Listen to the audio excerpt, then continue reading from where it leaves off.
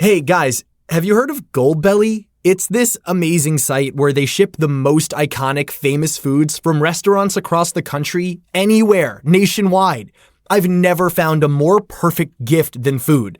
They ship Chicago deep dish pizza, New York bagels, Maine lobster rolls, and even Ina Garten's famous cakes.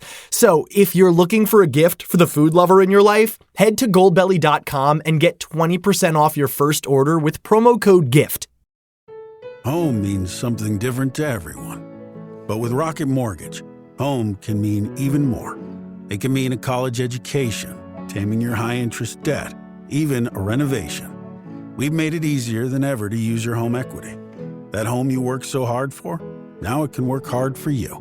Call 800-4ROCKET or visit rocket.com to find out more. Rocket Mortgage, LLC, licensed in all 50 states. NMLSConsumerAccess.org, number 3030. This episode is brought to you by LifeLock. Between two-factor authentication, strong passwords, and a VPN, you try to be in control of how your info is protected. But many other places also have it, and they might not be as careful. That's why LifeLock monitors hundreds of millions of data points a second for threats. If your identity is stolen, they'll fix it, guaranteed, or your money back. Save up to 40% your first year. Visit lifelock.com/podcast for 40% off. Terms apply. Episode 44, Here Endeth, Part 3. Hello, Dad. This poem's for you. I'm not good at poems yet, so cows go moo. Something to go pew, though only a few. And nobody knows what the girls will do except for you, because that's what dungeon masters are supposed to do. I hope that Loot and Dutch are okay and aren't in dismay or disarray. And I don't want it to be too scary. Aren't you glad I used this rhyming dictionary? Okay, Dad, it's your turn. You know what to do. Take over this poem and see it all the way through. Make your voice go deep and hide one more clue. Trust is the key, and also, cows go moo! It's adorable. Welcome back to the Girls Who Don't Girls Who Don't Moo. I don't know what to call ourselves anymore. I moo all day. We do moo. I'm your host, Cory, and with me are the girls. Indy playing Freya. Stacey playing Kaa'Riin. Alana playing Morrigan. When we left part 2 not all that long ago, the girls were finally back in Kaa'Riin and more importantly, back together. Although things aren't looking great. The many gods of this world are an utter mess. And there's a reason for that. I based each god on exaggerated versions, I'd like to say heavily exaggerated versions of various flaws from my own life, like moments in my life where I've gone, that character can be this thing that I don't want to say not proud of, but not thrilled. You know, when you handle yourself in a way and you go, this should have been, I could have handled that better. So I just took those things and went, well, I'll make them the bad guys, just those pieces. You know, the times when perhaps I thought I deserved more, you know, that privilege sort entitlement. Of, like a bit of that. Times when I thought I knew more. Bit of arrogance. A bit of arrogance, yeah. And that was probably when I was younger, but I've learned in the last lot of years to hopefully ask questions more than I used to. And times when it all just felt too much, all those sort of things. I figured that if I disliked those aspects of myself, that you would also dislike those characters. You know what I mean? Like you're like, these people have flaws that I think they should get over.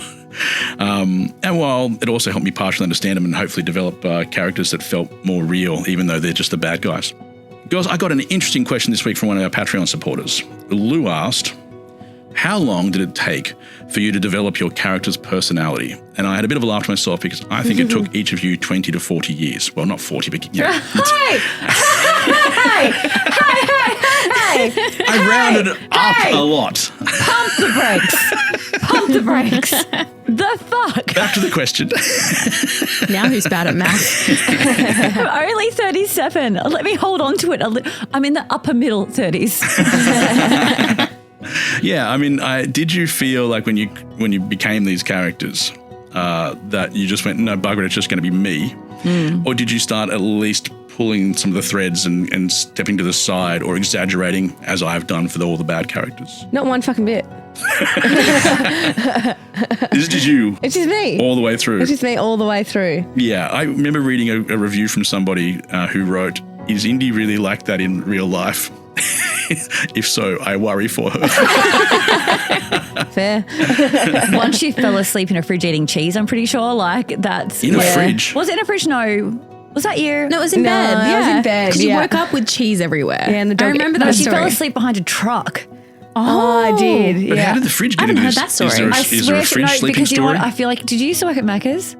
Yeah. She used to go eat cheese in the fridge. I used to eat cheese. Did you say cheese in the fridge? Yeah. And the macarons. Macarons? Yeah, she'd just be like, snack. just I sit can't there. believe they didn't fire her. They're like, you have eaten your wage in cheese and macarons. They put cameras in there shortly after.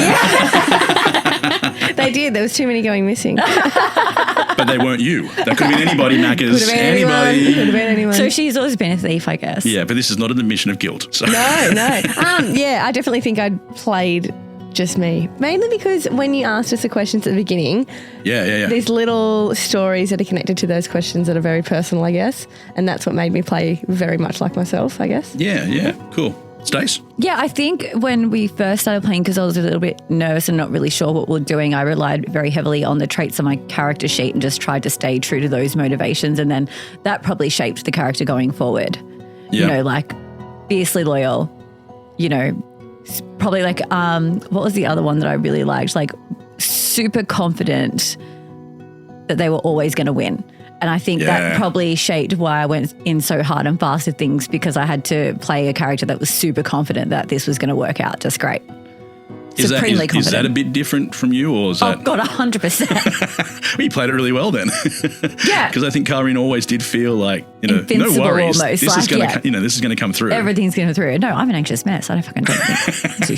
Fucking go in, guns are blazing. No. Yeah, wonderful. Lana? Look, I tried, but much like Indy, with the fact that our characters and stuff were shaped around ourselves anyway, I did try to look to those dot points that you gave us for like what to focus on, but I would get distracted. And so Morrigan really just ended up being whoever I was on any given day that we were recording, which is why sometimes she would stick to, because I think one of my dot points was like, she's the sensible one in the group, like the mother of the group or whatever. But then sometimes I'd like join in with the fart jokes. Mothers join in with fart jokes sometimes. Yeah. I just felt like wherever some do, yeah. Wherever my personality was that day is where Morrigan was that day. Yeah, which is yeah. why I'd really like to like challenge myself to play a character that's not exactly me, to try and have a go at That improv. That's a lot of thinking. Acting and scene. All right. So, as a dungeon master who knows that final battles are very final, quite often for major characters, how nervous are you about your characters and your close connection to them and potentially losing that? According to my character sheet, I'm going to win. So It was written, it is written, it stays written. I will win. I'm a high roller, baby. You are. Lana, how about you? I am riddled with anxiety. I have also just conveniently entered my luteal phase. So like my anxiety is, I double my dose during this time of my cycle of my antidepressants, because my anxiety just like gets high, and I'm like 2 steps away from a panic attack is where I'm sitting today. Yeah, but your character is in a safe place Yeah. that you invented, so. Yeah. I'm feeling a lot of, I don't want to roll a dice today. Not after last time, no. No. And what about, the most connected to all of the characters we have here? Yeah, I'm Indy? good. You're good. You're like, yeah, whatever. Whatever happens. But none of us are going to die. So Okay. we're all going to... Well, I just don't know. don't see that happening. We're gods. How can we really die, though? You are surrounded by gods. And we're gods. And they're we'll probably just go bigger into ones. the ether. Is it ether a thing? Yeah. We're just going to go into the ether. You're just We'll inventing go into- parts of our world. We're going to go into the void or something. Like, we can't truly be dead. Also, this is not a live show. Yeah. So you think I would just edit the part out? 100%. No we way. can If one of you still guys edit. dies, I will be finding the music for that for days. I will be enjoying the hell out of that death scene. I don't know. I do. Girls, I normally do a big recap, or Sam does a big recap. Not doing it this time. You're going Okay. to tell me where you are. Oh, I'm so glad I wrote this down. Okay. I think we're all back in the shell. Well, my group is anyway. And we've taken Loot, we've taken Dutch and myself. I know that someone's floating out in the ocean because you forgot to do your... Now we're back. We are all We're back. all All of back. us. Yeah. Remember that Hand in the sky. Oh, the hand in the sky. Oh, yes, because Mr. Pickles and that came back through and took us back. And also, tore open again. Mr. Pickles was the one who brought you back on the other side. So, I know, Mr. Pickles. What will happen though as people come back and merge in with this world? So when Loot came back with you from the Harpy's Howl, doesn't come back with you, he just merges back into the other version of Loot. Oh, wait, so there's not multiple versions of us. No, but Where's my axe then? Dutch, your axe is Gone. I did throw Well, I it. know yeah. where your axe is, but But you I- did throw it away. But I thought that maybe other version of Kaa'Riin would have her axe and therefore I get to keep it. No. Well, that sucks. So You're a you bad came storyteller. back. You came back and merged in with other version. That's had who the you axe. are. Who watches as the axe vanishes from her hands, That shit. and we'll get to that in a second. Lana, I died and then opened up a door into Death's door, into a version of Stucker's shell.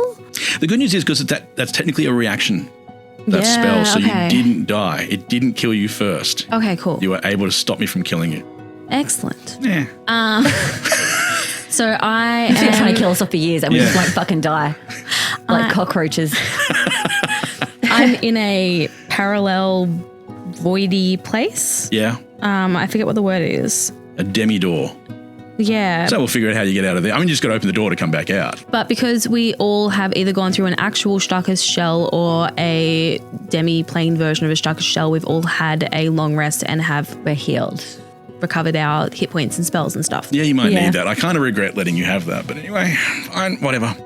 And Angelok is focused on the god, the golden spear god. Yeah, they've focused on each other. That's Yeah. right. Like they're going in. Did the golden spear turn out to be a god itself? Yes. Yeah. And then it controlled everything and we're messing things up for it. It's here to gain more souls, more power. And because people stopped praying to it and so then it lost power, so now it's like, give it back. There was an ominous speech at the end where like they were like, you haven't learnt from from me or blah blah blah blah blah. And Did you were hopeful and I was like, holy fuck, we're all gonna die. Did she grab loot? She tried to kill Loot, but I Loot is loose. You saved loot. Yeah, I got stabbed That's instead. right. And then you went through the door. Okay. And Angelok is super pissed because he doesn't want her getting him. They said, I will control you all. Indy, do you know where you are? Where is Freya? Yeah, I'm there with them. I don't know where I am. I am in the room and then it's like the golden spear person, Yep. Cranking things up. Yeah, they're here. the other god, what's his name? Angelok. Angelok, cranking things up. Yep. And I'm just in the room. You are right. You're in the room. You've just watched as Fanati right? is. Yeah. Fanati has just landed next to your mother on a Just giant as I thought. lily pad. that's right. And, in a second, as soon as the song plays, I'll describe what the place looks like. Here's the song. It's just 3 girls, a dragon, and a handful of dice. Some guys telling stories, I'm sure they'll be nice. There will be monsters, and magic, and fire and ice. But it's mostly 3 girls, a dragon, and dice. As you each sort of feel yourself rejoining this timeline, it's hazy for a moment, but then everything that's ever happened from start to finish, everything you've done all makes sense at once. It's not too confusing.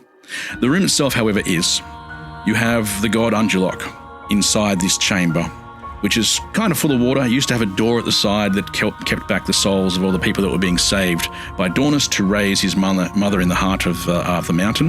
That didn't work. Instead, many of those souls were pushed into loot. Some of them are still doing so. They're moving faster now.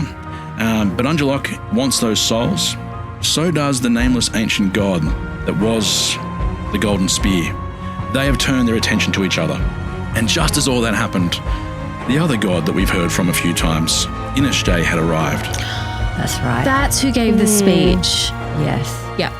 and gave a big speech. Yeah. She was like the godmum that was like, are you fucking serious? Yes. This Yeah. shit. And they separated themselves, decided to break themselves down into their initial components, which is just souls. And this room is now flooding with more power, more souls for the gods. Ladies, roll initiative. Yeah. I hate initiative. It means Straight battle's away. coming. You're not going to talk you out of this one, are you? Trying to. It's, whoa. Whoa, Everybody. everyone check their hands for thorns. 10. And plus your initiative. 6. Okay. But I don't want it. I don't want to be. I don't want to be first. I'm going to roll higher. Am I rolling initiative when I'm still in the Debbie plane? Yeah. All right. 6 plus 1, 7. 14 plus 5, 19. That you don't have to go first? Yeah. I mean, far out. Oh, dear. Does it look like I'm going first? No. Oh, dear. No, it does not. Did Dumu get to his parents before we... Dumu did reach his parents. Yeah, okay. Staka and Thassa are pretty much occupied by that. Yeah. Crazy that we were the problem all along with that one. Well, you tried to do the right thing. Yeah. Just failed miserably. For 4 years. Sorry, I've just got one more. You're right. It's a lot of fucking rolling. Ladies, now that your godly powers have begun to return, just a reminder that we still have our cards that when you do certain things, you may receive a power that is related to those things. And we'll see whether that becomes important. We shall see. With the huge number of things involved in this final battle, the first thing that happens is the Nameless Ancient goes first. Oh, the golden spear thing. Yes. Fucking hell. What'd they roll? 20. 24 total. Righto. Show off. But their attention was on Angelok and then Inishday. Oh, true. Okay. It starts to speak straight away, and it speaks in the ancient tongue, and you can't quite understand what it's saying. What ancient tongue? Do I still have So Douglas? it's the language that you guys have heard. You do still have you do still have Douglas. It is a language you can recognize by the sound of it, but you have no idea what they're saying when she says it. She can clearly choose not to speak that way. What's it called? She actually speaks in this part. She actually speaks in an ancient Earth language. It's Arcadian. Oh, that's not on my character sheet. No, it isn't. You have Celestial, but I decided not to let her speak in that way. Yeah, okay. But you don't understand it. But Douglas does. Yes! Douglas. I love Douglas so much. He is great. Douglas He's cute. seems concerned. Mm-hmm. And he says, She wants the rest of the souls. She needs them to save everybody. To save everybody? Who is everybody? You, The souls? me, her, everybody. What's her aim here? All she said was, tell them to give me the souls. I just don't know if that's a good plan. and he looks at you, which is weird. He's a little, he's back to being the actual fish Yeah. that dangles, and you can see him look at you, and he questions for a moment something, and he starts to speak. And as soon as he starts to speak, you can see that he's in pain, and he says, No, you can't trust her. and then he starts to fade instantly. The nameless god is pointing at him, and you can tell that it is what her actions are what is causing him pain. Why would she have anything against him? All he's doing is translating. Why are we killing the messenger? He says, Because she made me lie to you. For how long, Douglas? he just stays quiet. Douglas, how long? Because he's done a lot of good things to help. So surely this hasn't all been bad. Do I mean anything to you, Douglas? I don't think he's lying. I think he's being controlled. Is he? He has been translating, Yes. but I can tell you this, if you hadn't hurried up and fed him, I was going to let him betray you. I fed him. Eventually, yeah. But you did, and you were kind to him almost immediately when I decided that he would betray you. You were kind enough to him that he is now going to sacrifice himself. No, Douglas, I will not let that happen. Well, you're going to have to find a way to stop her. Okay. I It's rip still him her off my turn. neck. It's still her turn. Well, fuck that. But she is also in battle with Angelok. Okay. So it is not her focus. Maybe she thought she was going to, hurt him a little bit and maybe pull him back. But instead she does turn to Angelok.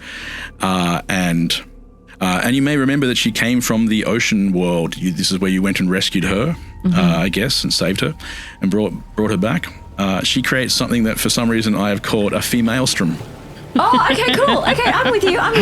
Sometimes you got to work a little too hard. I'm with you. And this is a whirlpool of divine force. It's drawing the water from around you. The entire room looks like a mess at the moment. Souls swirling, water swirling, and she's targeting that on Angelok. And he has to roll to survive that. And surprisingly, holy crap, he did. Just. It wraps around him, trying to hold him in place, and he looks at her and smiles and just steps straight through it. And is not being restrained as she was hoping. Not being held. Freya, you see all this and think, my time to shine. I just don't know really what side to pick though. That's what I'm a bit confused with. We're more familiar with Angelok. Yeah, Do you so remember don't lay with him. He's not good, but I'm like, which one do I attack Do first? you remember Angelok's goal? Yeah. He's the lesser of two weevils, but in this situation, seriously. Which one do I attack first? That's what I'm thinking about. Because then I feel like I would pick it. It's not picking a side, but it kind of is. I don't know if you arrived in time to see. You didn't. You arrived after the situation with Morrigan. So one thing you do notice is Morrigan's gone. There's no Morrigan. Yeah. You do see Lute standing on a lily pad in the middle of this flooded area, this flooded cavern. You do see there's the Triton warrior starting to come in. There's the Children of the Night, some of them coming out of Staka's shell. Damn it. And you've got the Nine Lives Guild. Yeah. Is also active. There's a lot going on. You see Thine, for example. He's here. Castier is here somewhere, his wife. The one who looks like Helen Mirren. Oh, yeah.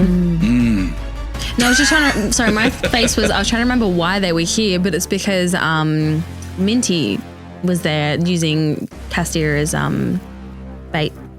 True, and Minty is just floating face down. Yeah. I think you snapped her in half as a what are snapping you gonna turtle. What are you going to do? Stuff that bitch. Turtle's going to do what a turtle's going to do. Is this...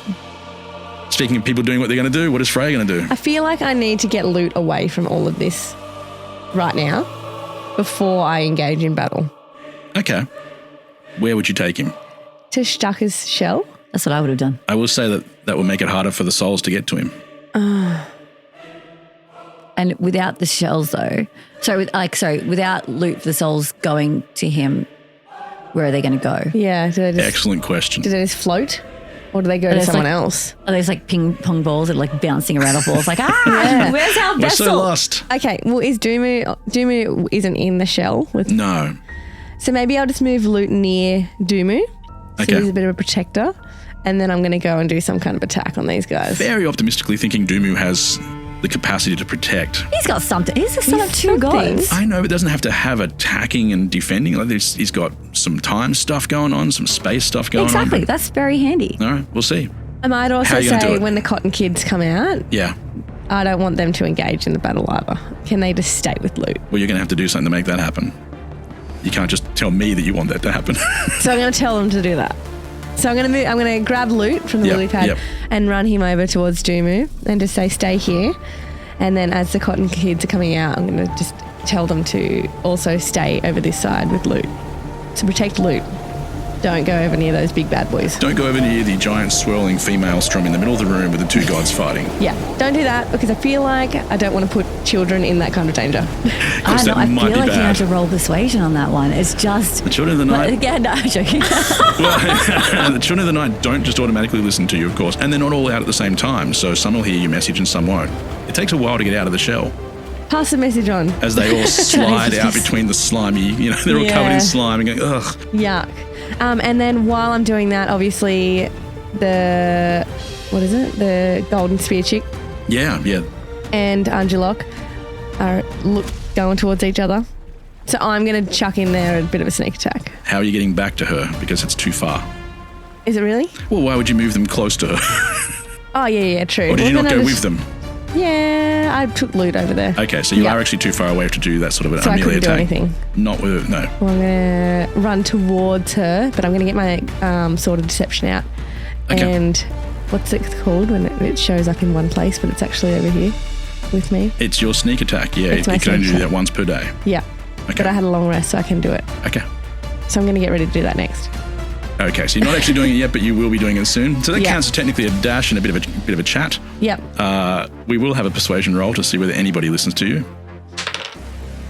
Oh, Oh, 19. Don't bother adding the rest up. That's fine. Not only do they listen to you, but the first one out says, don't worry, I'll pass on the message to everyone Great. else. Thank you so And much. start shoving people back into the shell, like pushing them into all the slime and everything. Just go back in. Just don't come out. There's no reason to come out. Great. I don't want the cotton kids to get in the way. No, but being in there, it does in some way drain Stucker a little bit because it's always got people inside. Yeah. And so he doesn't have the powers that he would have normally had in this situation. Plus, he's been using those to keep Thassa going for a while now. So the two of them are actually quite weak. Kaa'Riin, you are next. What would you like to do? Okay. Well, I think I would like to address Douglas at this point. Okay. I know things are going on. So I haven't done anything yet. I'm healed from the goo. So all my powers are back in at full throttle, right? Yeah. Okay. I'm going to set up as much distraction and damage as I can. I'm going to have I'm going to conjure my elemental. Okay. I'm going to, I can't see the sky, so I can't really. There is a gap. There's a gap? Yeah, there's All a right, hole. and I'm just going to have lightning as hard and fast as I can on everything that isn't loot, obviously, but loot's to the side now. And I'm going to try that. We're going to have to pick between the elemental or calling lightning. Oh, that's right. I can't do both. One's not a bonus. I mean, you're a god, but you're not I kind that of thought much. he was like an assistant. You know what I mean? Once he's in place. I'm going to conjure my elemental Oh, nice. so that he can take care of that while I have a chat with Douglas. Okay. What does he look like when he arrives? He looks so scary. Ooh, I like this. He's actually horrifying. He's not like some funny, like we're beyond funny now. Yeah. We're not doing like some kind of 8-pack. Like this guy is huge. He's massive. He is like, I don't know, let's put it in meters. He's like 10 meters tall. He's huge. He's bulky. Okay. Shit tons of lightning just like bouncing onto each other, but it just forms a big bulky shape. All right, so he comes in through that hole on the top of the chamber. What do you have him do?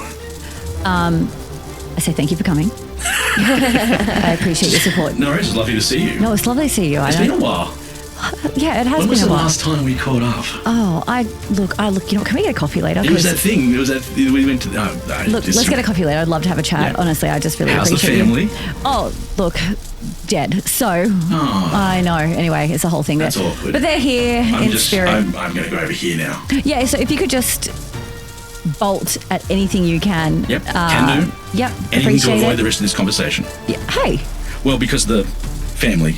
Oh, okay, that's awkward. Yeah, loss is hard. It's uncomfortable. It's uncomfortable truth. Is there anything can I bake you something? No. Well, just bake those guys. You know what I mean? You still got it. I still got it. We laugh at trauma. Okay. So yeah, I'm gonna have him go for Ungelock, and I mean, like, can he? Oh my god, he's pretty powerful. Could he focus on more than one thing at a time? What's it say? He's really powerful. He's so fucking powerful. Okay. Oh, well, his range is up to 60 feet. Concentration up to 10 minutes. So even though it does say he has an 8-pack and chiseled jawline. Sometimes. At the start of each of its turns, I actually think it can only do one, reading that. Yep. Okay, so it's going to be Ungelock. So I want him focusing on that, so I roll something. Yeah. Well, he's going to roll a saving throw, doesn't he? Yep. What type of saving throw was it? Oh, there we go. Dexterity saving throw. Sorry, I was reading the wrong paragraph. Dexterity. Something he's actually very good at. What has he got to beat? 1,000,000. I rolled a 2. Okay, yay. So I'm going to tell you that he hits. So even with his +5, yeah, he's not going to get away from that one. And you cast that at level 9, Get ready for some math. which makes it 16 D8. That's a lot. What I would like to do 16 here. D8. 16. Now, usually I would just roll and count, but I'm actually going to borrow some dice. So I need, how many dice? 16. Yeah. Cool. Do you want me to click the button? Here we go. That is the sound of 16 dice rolling. I don't think it is. No, it sounds. Sound a bit. Oh, well, okay. The dice are I'm not in gonna say what it is. a blood colour, so there's probably some sort of special dice that it is. Yes. You rolled quite well. How well? 74 points of damage. Perfect. Oh. An Ungelock's smirk that he was aiming at the Nameless has been wiped off pretty quickly. That is a lot of damage for Ungelock, but I will say that Ungelock still doesn't actually look that hurt. That's okay. That's fair. He's a giant god. He looks weaker than you remember seeing him the first time he was here. Yeah. When you came in before you got sent away, he was pretty powerful. He already looks weaker. You do, however, notice one thing. He's holding your axe. Oh. He's got my axe. I love how you thought that is so Kaa'Riin. I'm always going to win. You're like, oh, cool. You brought me my axe. Thank you so much for bringing that back to me. You're a good little god. Yes, you are. Okay. So you just hit Angelock. Yeah. But I still, while my character, my assistant's doing that, I would still like to speak to... My assistant? Yeah. Oh my God, come on, that's how cocky I am. I still would like to speak to Douglas though. Okay. Is it, can I do that? Since, you can. Yeah. Okay, I'm going to hold Douglas. I'm going to look at him. I'm just going to say this. Whatever you have done, whatever you did, whatever you're going to do, it's not your fault.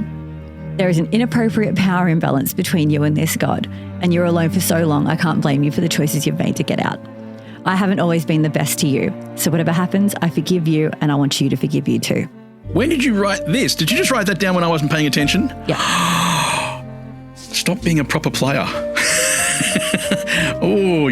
Okay. Sneaky thing, having a little speech ready to go. I did not expect that. Oh, I'm playing properly now, yeah? I know, I don't know what to do with it. Yeah, it took me 4 years, but today's the day. I go, I'm going to do this properly. While other people are playing, I'm going to write this little thing down. Damn, okay. That changes me. I know. I don't get to sit here and just be used to you guys. Normally I can sit here and go, they'll make a mistake. I just have to wait. And I was like, no, we wrote shit down. Like, nah, I don't have to plan. And I would actually insist that when you're producing this episode, you put some really sweet music over it. Over that little part? Yeah, it was sweet. Okay. I'll do what I can. I'll do what I can. But Douglas is still fading, though. It's very clear that she's going to drain him until he dies. Okay, I'm going to pop him. What if I just put him in the water? I don't know. Like he's a fish, right? Like, yeah. You got to do things before I tell you what happens. Okay, you know what? Fuck it. I'm going to rip him off my neck. After saying that thing, I'm going to throw him into the water where the lily pad is. Maybe. Throw him. Well, like, what are you going to do? Like, lower him. I'm not. How close to the water am I? Well, the chamber's full of water. Oh shit! I'm just going to lower him, and then and to give him the best chance I can at surviving the water, I'm going to give him the berries, my Gucci berries, my good berries. Oh, good idea. When you give Douglas the good berries, I'll give you a card. Don't look at it yet. Don't worry about it. And actually, I've got 2 cards because Freya, you get one as well. Yay. Yes, but I don't want to interrupt you too much because you're trying to save. So just look at that later. Don't look at the card. Oh, what? Oh, you can. Indy's already reading it. No, I haven't. I haven't looked at my hand. It's over the card. No, you're allowed to look at it. I just thought we interrupted so much. This is such a sad moment with Douglas. All right, I'm going to put the card down. Okay. I trust your storytelling. I don't even know it's on the. Well, I wrote them. Well, I wrote it a while ago. It's been so long ago that I actually made these. We're talking a couple of months that I can't exactly remember what's on there. But the situation is if you heal somebody, you got a card, and if any of your allies goes into death saves. It's not the same. I'm sort of moving to the side a bit because Douglas is dying. She's going to kill him. Yeah. The Nameless. My card is so not like Freya. Sacrifice. Give some of your health to someone else who's dying. No, I usually just finish the job. Put him out of their misery. I mean, there's been a small change. It gives you the option of having it. Look, okay, I guess, you just go back to character growth, blah, blah, blah. You just stay quiet in the corner then. Okay. What are you doing with Douglas? He is fading. Did the good berries work? Some masticating. I'm not going to lie, it's not going to have enough of an impact. Not even 10 points. He looks better for 2 or 3 seconds. Ugh. He's draining, fading away. Well, I think I did what I could and I put him in the water and maybe the water helps. Fish love being in water. So I've heard. I like the concept. It's not going to work.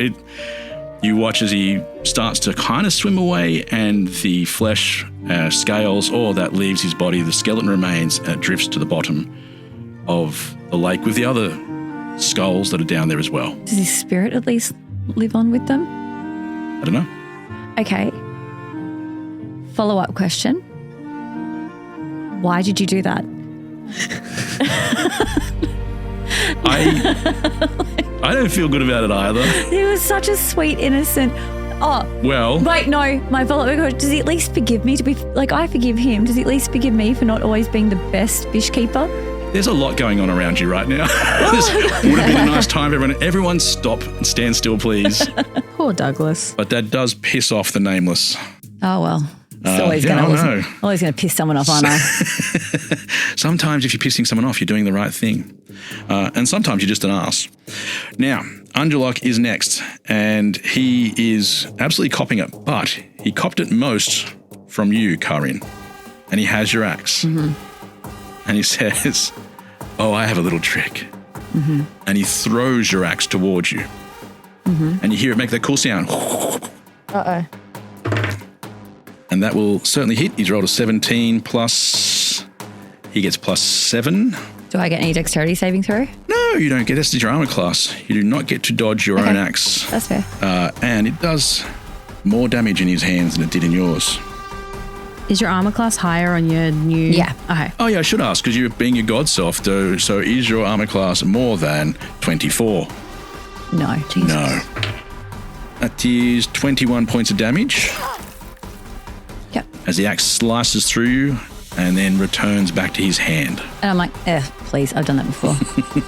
And then he says, "But did you do it twice?" And he throws it again.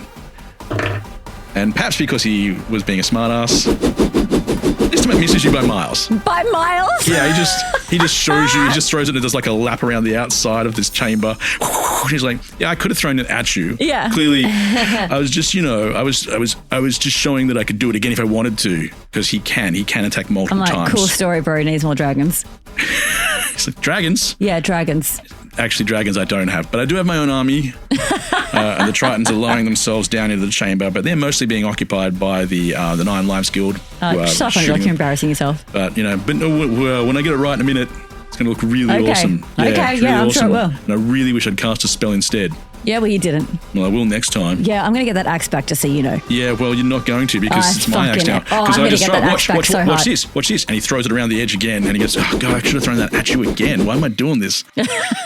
Like, you're an idiot, Angela. The armies are going to cancel each other out a little bit, but there's a massive battle around the outside. But rather than constantly roll for them, they are just fighting each other, unless you guys decide to impact upon that in some way, which will lead us to Morrigan. Hi. Morrigan, you are in a demi-plane that looks very much like the inside of Stucker's shell, inside of Stucker's shell. You are healthy. I mean, you could just rest here forever. I could. I feel like that would be immoral. So moving on to first things first, in order to get back there, I'd have to, I'm assuming, use Death's Door again, which would be a spell. No, it's maintained by your concentration, so as soon as you choose to go out, oh, okay. it is not an extra spell. And it was not an extra spell this time, because it was a gift to you from yourself, surprisingly. Okay. Like my online shopping orders, always a gift from me to me. Okay, well, in that case, I would like to come back through the door back into The chamber. Kaa'Riin, Freya, you just see a shape appear in a room, like a white glowing door. It opens and Morrigan just walks out. And the door, in this particular situation, is parallel with one of the lily pads. So it looks like she comes up. Up and then. Like That's a hatch, cool. and just walks up. I psychic over to both the girls. I'm like, that looks sick. Thanks. Just FYI, telepathetically, Golden Spear just tried to kill Loot, and that was not cool. Oh, that's fucked. Man, these gods. Although, speaking of, where is the spear? Where'd the Golden Spear go? The greatest weapons are often made by those who are trying to do something else. The spear was meant to bring the universes together, to slice the fabric that kept them apart and create a channel between them. But instead, it fell into the hands of one who failed to temper their emotion and ego. Guided or sent rather than fell. As is often the case, the one who wanted to start the killing and the one who made the weapon both preferred to be far away from the bloodshed. That should tell you something. So the one who threw the spear so long ago that measuring it with such simple terms of days and years becomes woefully inadequate. The one who could not see past their own fears, their own weaknesses.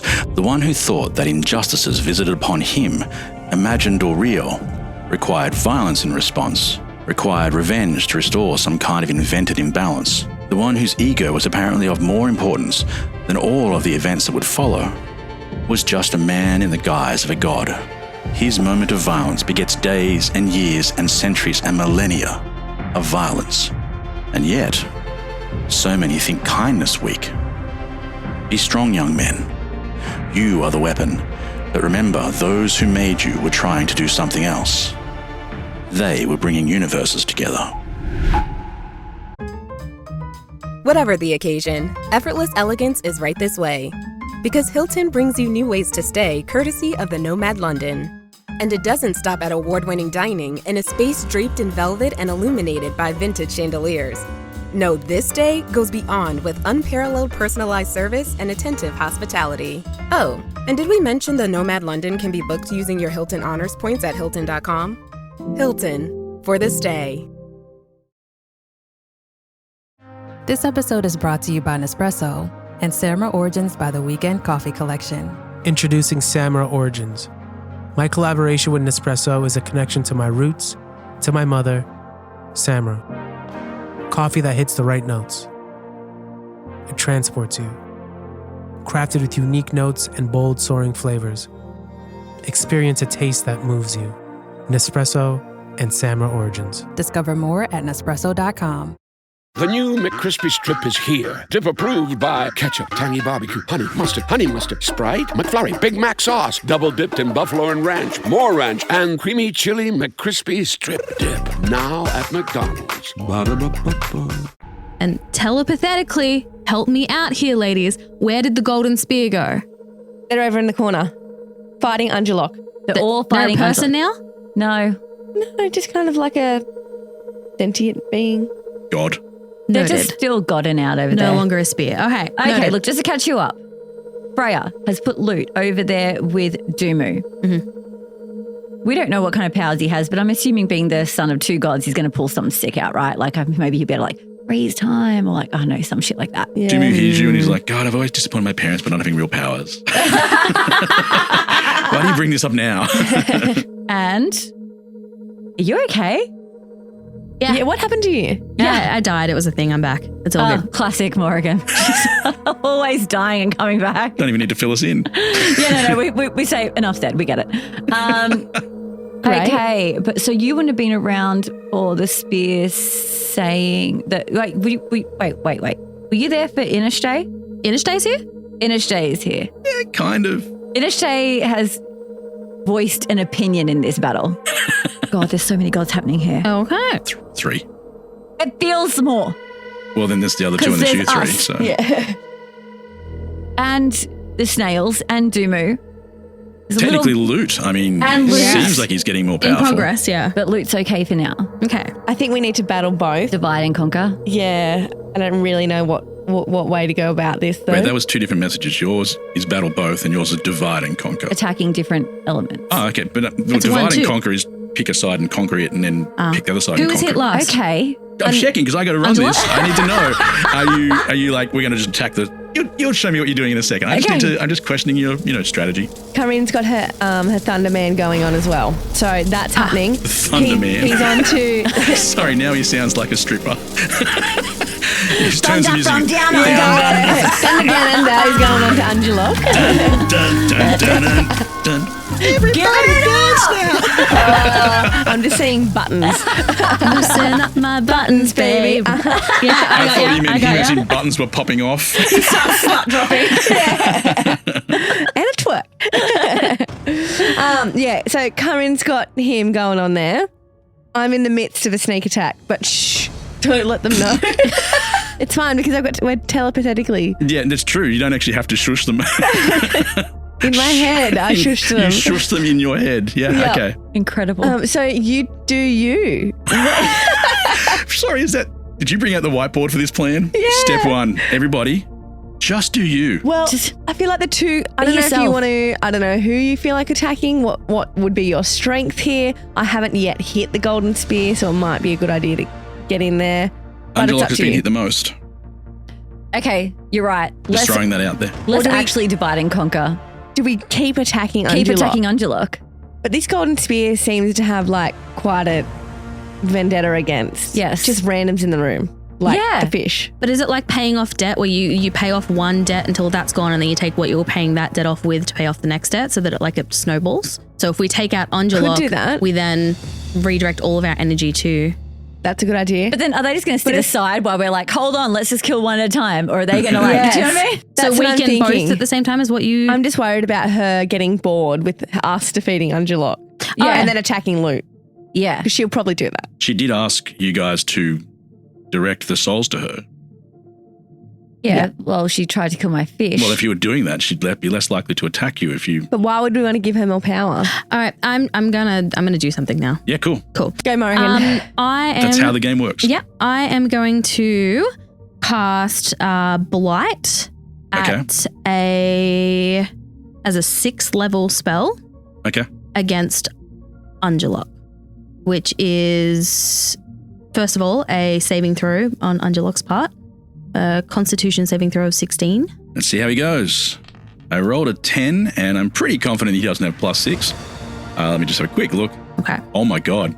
He does? He does have +6. Ah, there you go. Uh-oh. I am going to use... Do half damage if it hits him? Yes, it does half damage, so that would be...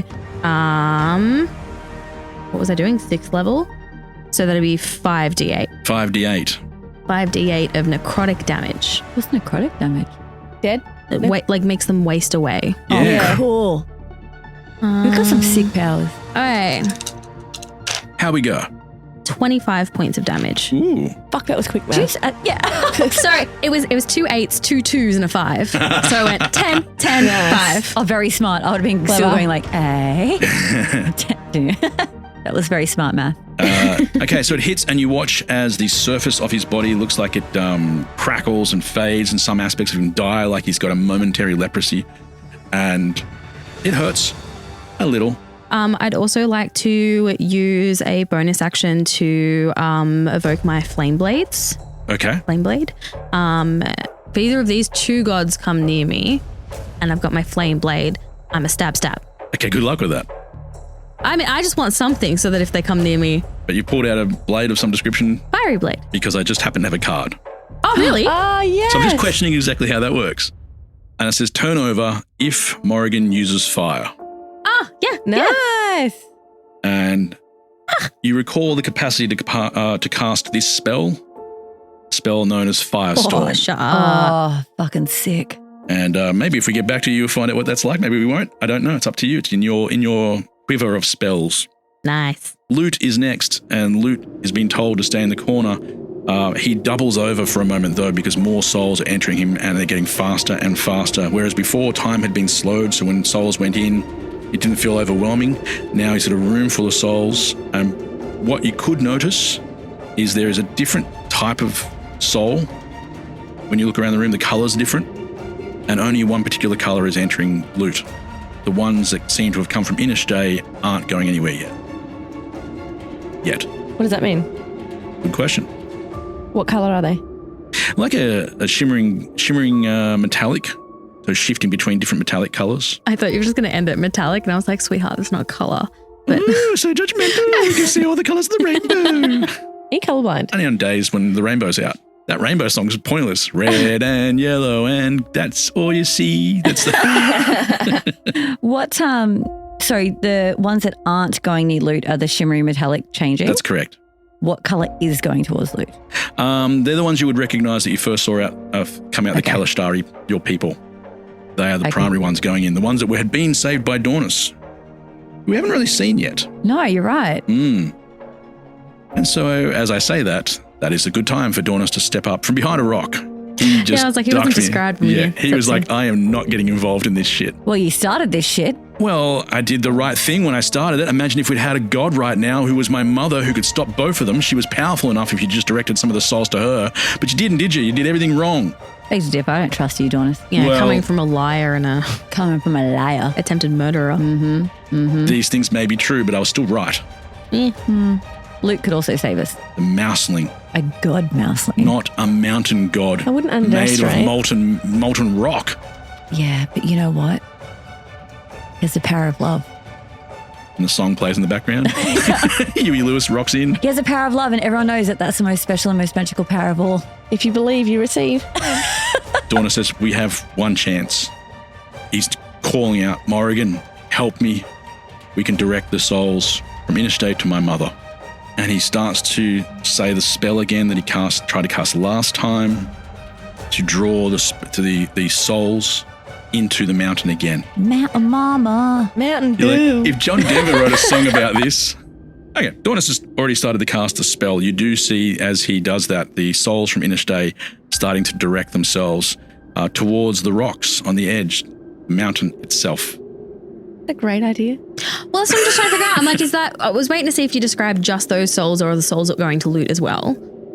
And I was also trying to figure out whether, like, that's actually helping a problem. Like, I'd actually kind of rather Inishday come back into existence so that there's only one empty seat instead of two after loot. I guess Inishday would argue that Inishday hasn't left existence, just broken into pieces. Yeah. I don't know. I didn't know Mountain Mum. Mountain Mum might be okay. I just didn't want Mountain Mum over loot. Yeah. And if we need to fill that many holes, I mean, so far Mountain Mum hasn't told me that she wants to end all of existence like Ungelok. That's something. And hasn't tried to kill loot, as far as I know, which is better than Golden Spear. But trust that voice. Yes, but also there was a clue about trust in the poem at the start. And that cows go moo. Have we tried saying moo? There is no change.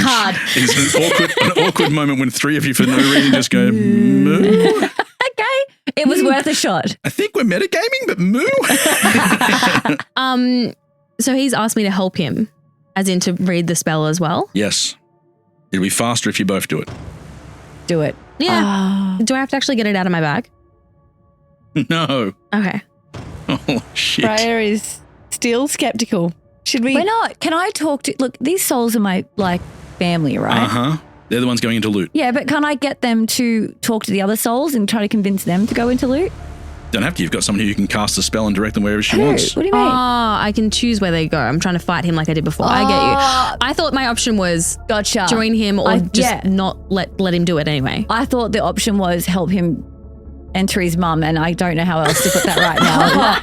Raise his mum? Him get the souls to enter his mum. What? Can we just... I'm going to say it again. I thought the goal was...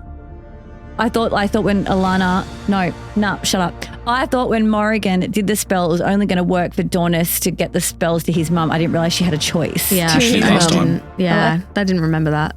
I didn't remember that now. To his mum is better than entering his mum. Oh, look, can we... Anything except that. I changed it. I said it again. I'm still putting it in. Can we sit in the seat if we wanted to? We're gods. Can't we just go up there and be like... Maybe. Let's go up there and get cozy and then... Mine. Just watch everyone else fall You're to in my shit. chair. You're in my chair, move, bitch. I would have to say, without your help, Angelok is going to win. Okay. And destroy everything. Yeah, that's or the Nameless is going to obviously- win and trap everybody. Yeah. Or Dornis's mum is going to come out and just wreck shit. Yeah. Okay. But you asked, and my answer is I'm going to cast a spell, but in opposition to Dornis, and I'm attempting to direct the souls to Doomu. All right, well, when we get back to you, let's see how that works. Okay. Freya, you see Thine walking around the edge of this battle, trying to find a place where he can hide. And he calls out to you. And you hear him speak. Oh, it's been a long time since we've heard this voice. He calls out to you across the battle. Hi, I'm Caleb. Such a good voice. And I'm delighted to be back as Godfather Thine. Freya! Do you remember playing in the fortress? There was something you could do that I'd never seen before. You didn't just steal items with a flick of the wrist. You stole magic. Turn their lust for power against them. And this is the card for you. Oh, yes. When This Thine is speaks, elite. it's called Spell Thief. And I will let Fucking you oath. read that, but that's Thine's move right now, which he reminds you of a power you had a long time ago. I've only got the spell for the 8 hours. There are some pretty big spells being cast. Have they got power word kill? So I fucking want that. Oh, and they can't cast it while I still have it. I know. That's good. That does bring us around to Doomu, Shtaka, and Thassa. And honestly, if they could leave, they would. It's a big moment for them. Right. Yeah, that's when I run away with Doomu, right? Pretty much. Yeah. They are not really getting involved in the situation, but you notice that Shtaka is trying to look across. Thassa is not making any contact with you at all, but trying to look across as if to let you know that he's still there. They are paying attention. It's just hard to break free from the moment. It's only been a few seconds. Yeah. But I think what he's trying to imply is that you can expect some support. Oh. Which you probably need because we're back to the Nameless Ancient's turn again. We are back to the Nameless Ancient's turn, and she is still preoccupied primarily with Angelok. But she does see Morrigan trying to cast the spell, or at least see Morrigan's looking like she's warming up to cast the spell to steal the rest of those souls. And she says to you, "Child, do this right, or I will end everything, especially you. You'll be first, then everyone around you love." And then she casts something called the Golden Spear of the Forgotten Sea. And she pulls that spear out you've seen before, and now just forms in her hand again. And she pins it against Angelok and raises him into the side of the wall. And he has to dodge that one. Oh. And that's a crit from me. Oh, for frick's sake. Which means that he does dodge it. He doesn't just dodge it, he grabs it. And as the spear starts to enter him, as it enters his chest, instead of taking damage, he absorbs some power from the spear. And he heals. For fuck's sake. We just did like 99 points of damage on him, and now we have to... Let's leave. Let's let them all fucking fight out for themselves. I think that was your original plan. Every time the plan is challenging, I leave. I don't want to say there's a pattern developing. There is a pattern. In life and in game. Should we split up? No. Is there a way in this narrow cavern that Cory has designed to trap us all together to still split up? And yes, there are. So this surprising little turn of events, but he is getting stronger already. Kaa'Riin, what would you like to do? Is it my turn? Freya, what would you like to do? Thank God, because I was about to go. Give my turn to Freya. Sorry. No, I've got it in because the I wrong want her to do some kind of spell that's going to undo all that shit. Well, she can only steal what she sees cast. Yeah. So I have an idea.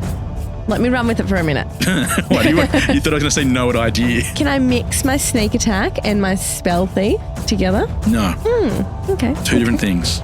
Okay, well, I'm going to clearly steal the golden spear spell that she's using because that looks quite powerful. Okay. And then I'm going to use it because they're quite close together, aren't they? Yep. Yeah, I mean, she tried to pin him to a wall. And I'm just going to pierce that spear through both of them. Okay, we can give that a try. So here's how the spear works. Is a spell that normally recharges when in their hands, so you don't get to use this over and over again. The first thing you have to do is roll a d6, and if you get a 5 or 6, it'll be recharged. Currently, it is not. 5. Fuck off. Shit, yes, bitch. The spear reappears in your hand, and you can feel its power vibrating through your entire body. You are holding something that is, in effect, the trapped souls of other gods. Many gods from across gods from the metaverse get drawn into these parts of them. Anytime this stabs through things, it takes their souls. Give me an Arcana check. It's very unlikely you'll figure this next part out, so I'll just ask. 9. Yeah, nothing else stands out to you at all. Some of the souls seem more powerful than others, would be the best way to put it. Yeah. Or different types.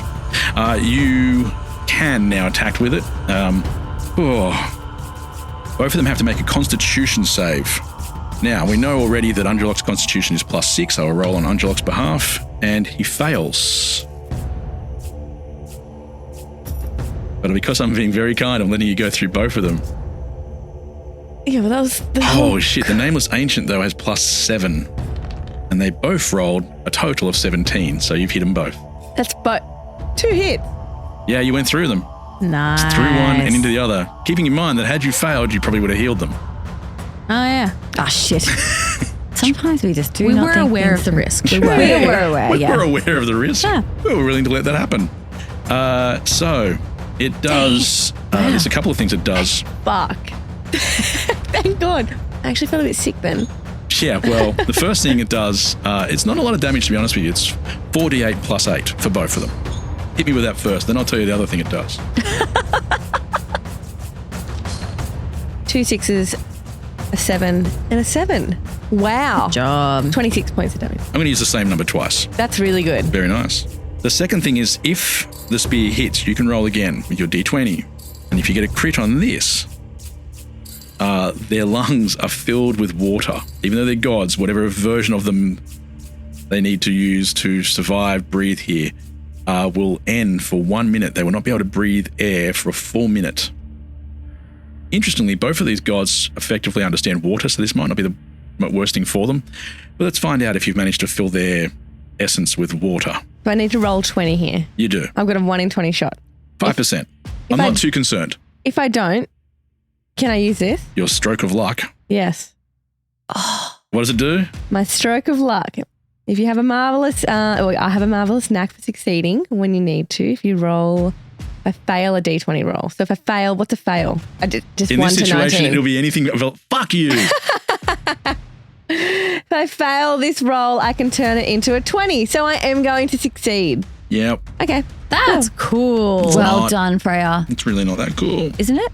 It is for you. Why do you want to stop? But you're also so proud of us because we're remembering to look at our things. Yeah. I know, Come on, but it's so much harder when you do this to me. I'm just going to roll anyway, just for the fun of it. You really don't need to. But for fun. For fun. Oh, it's a 5, but it's actually that's a 20.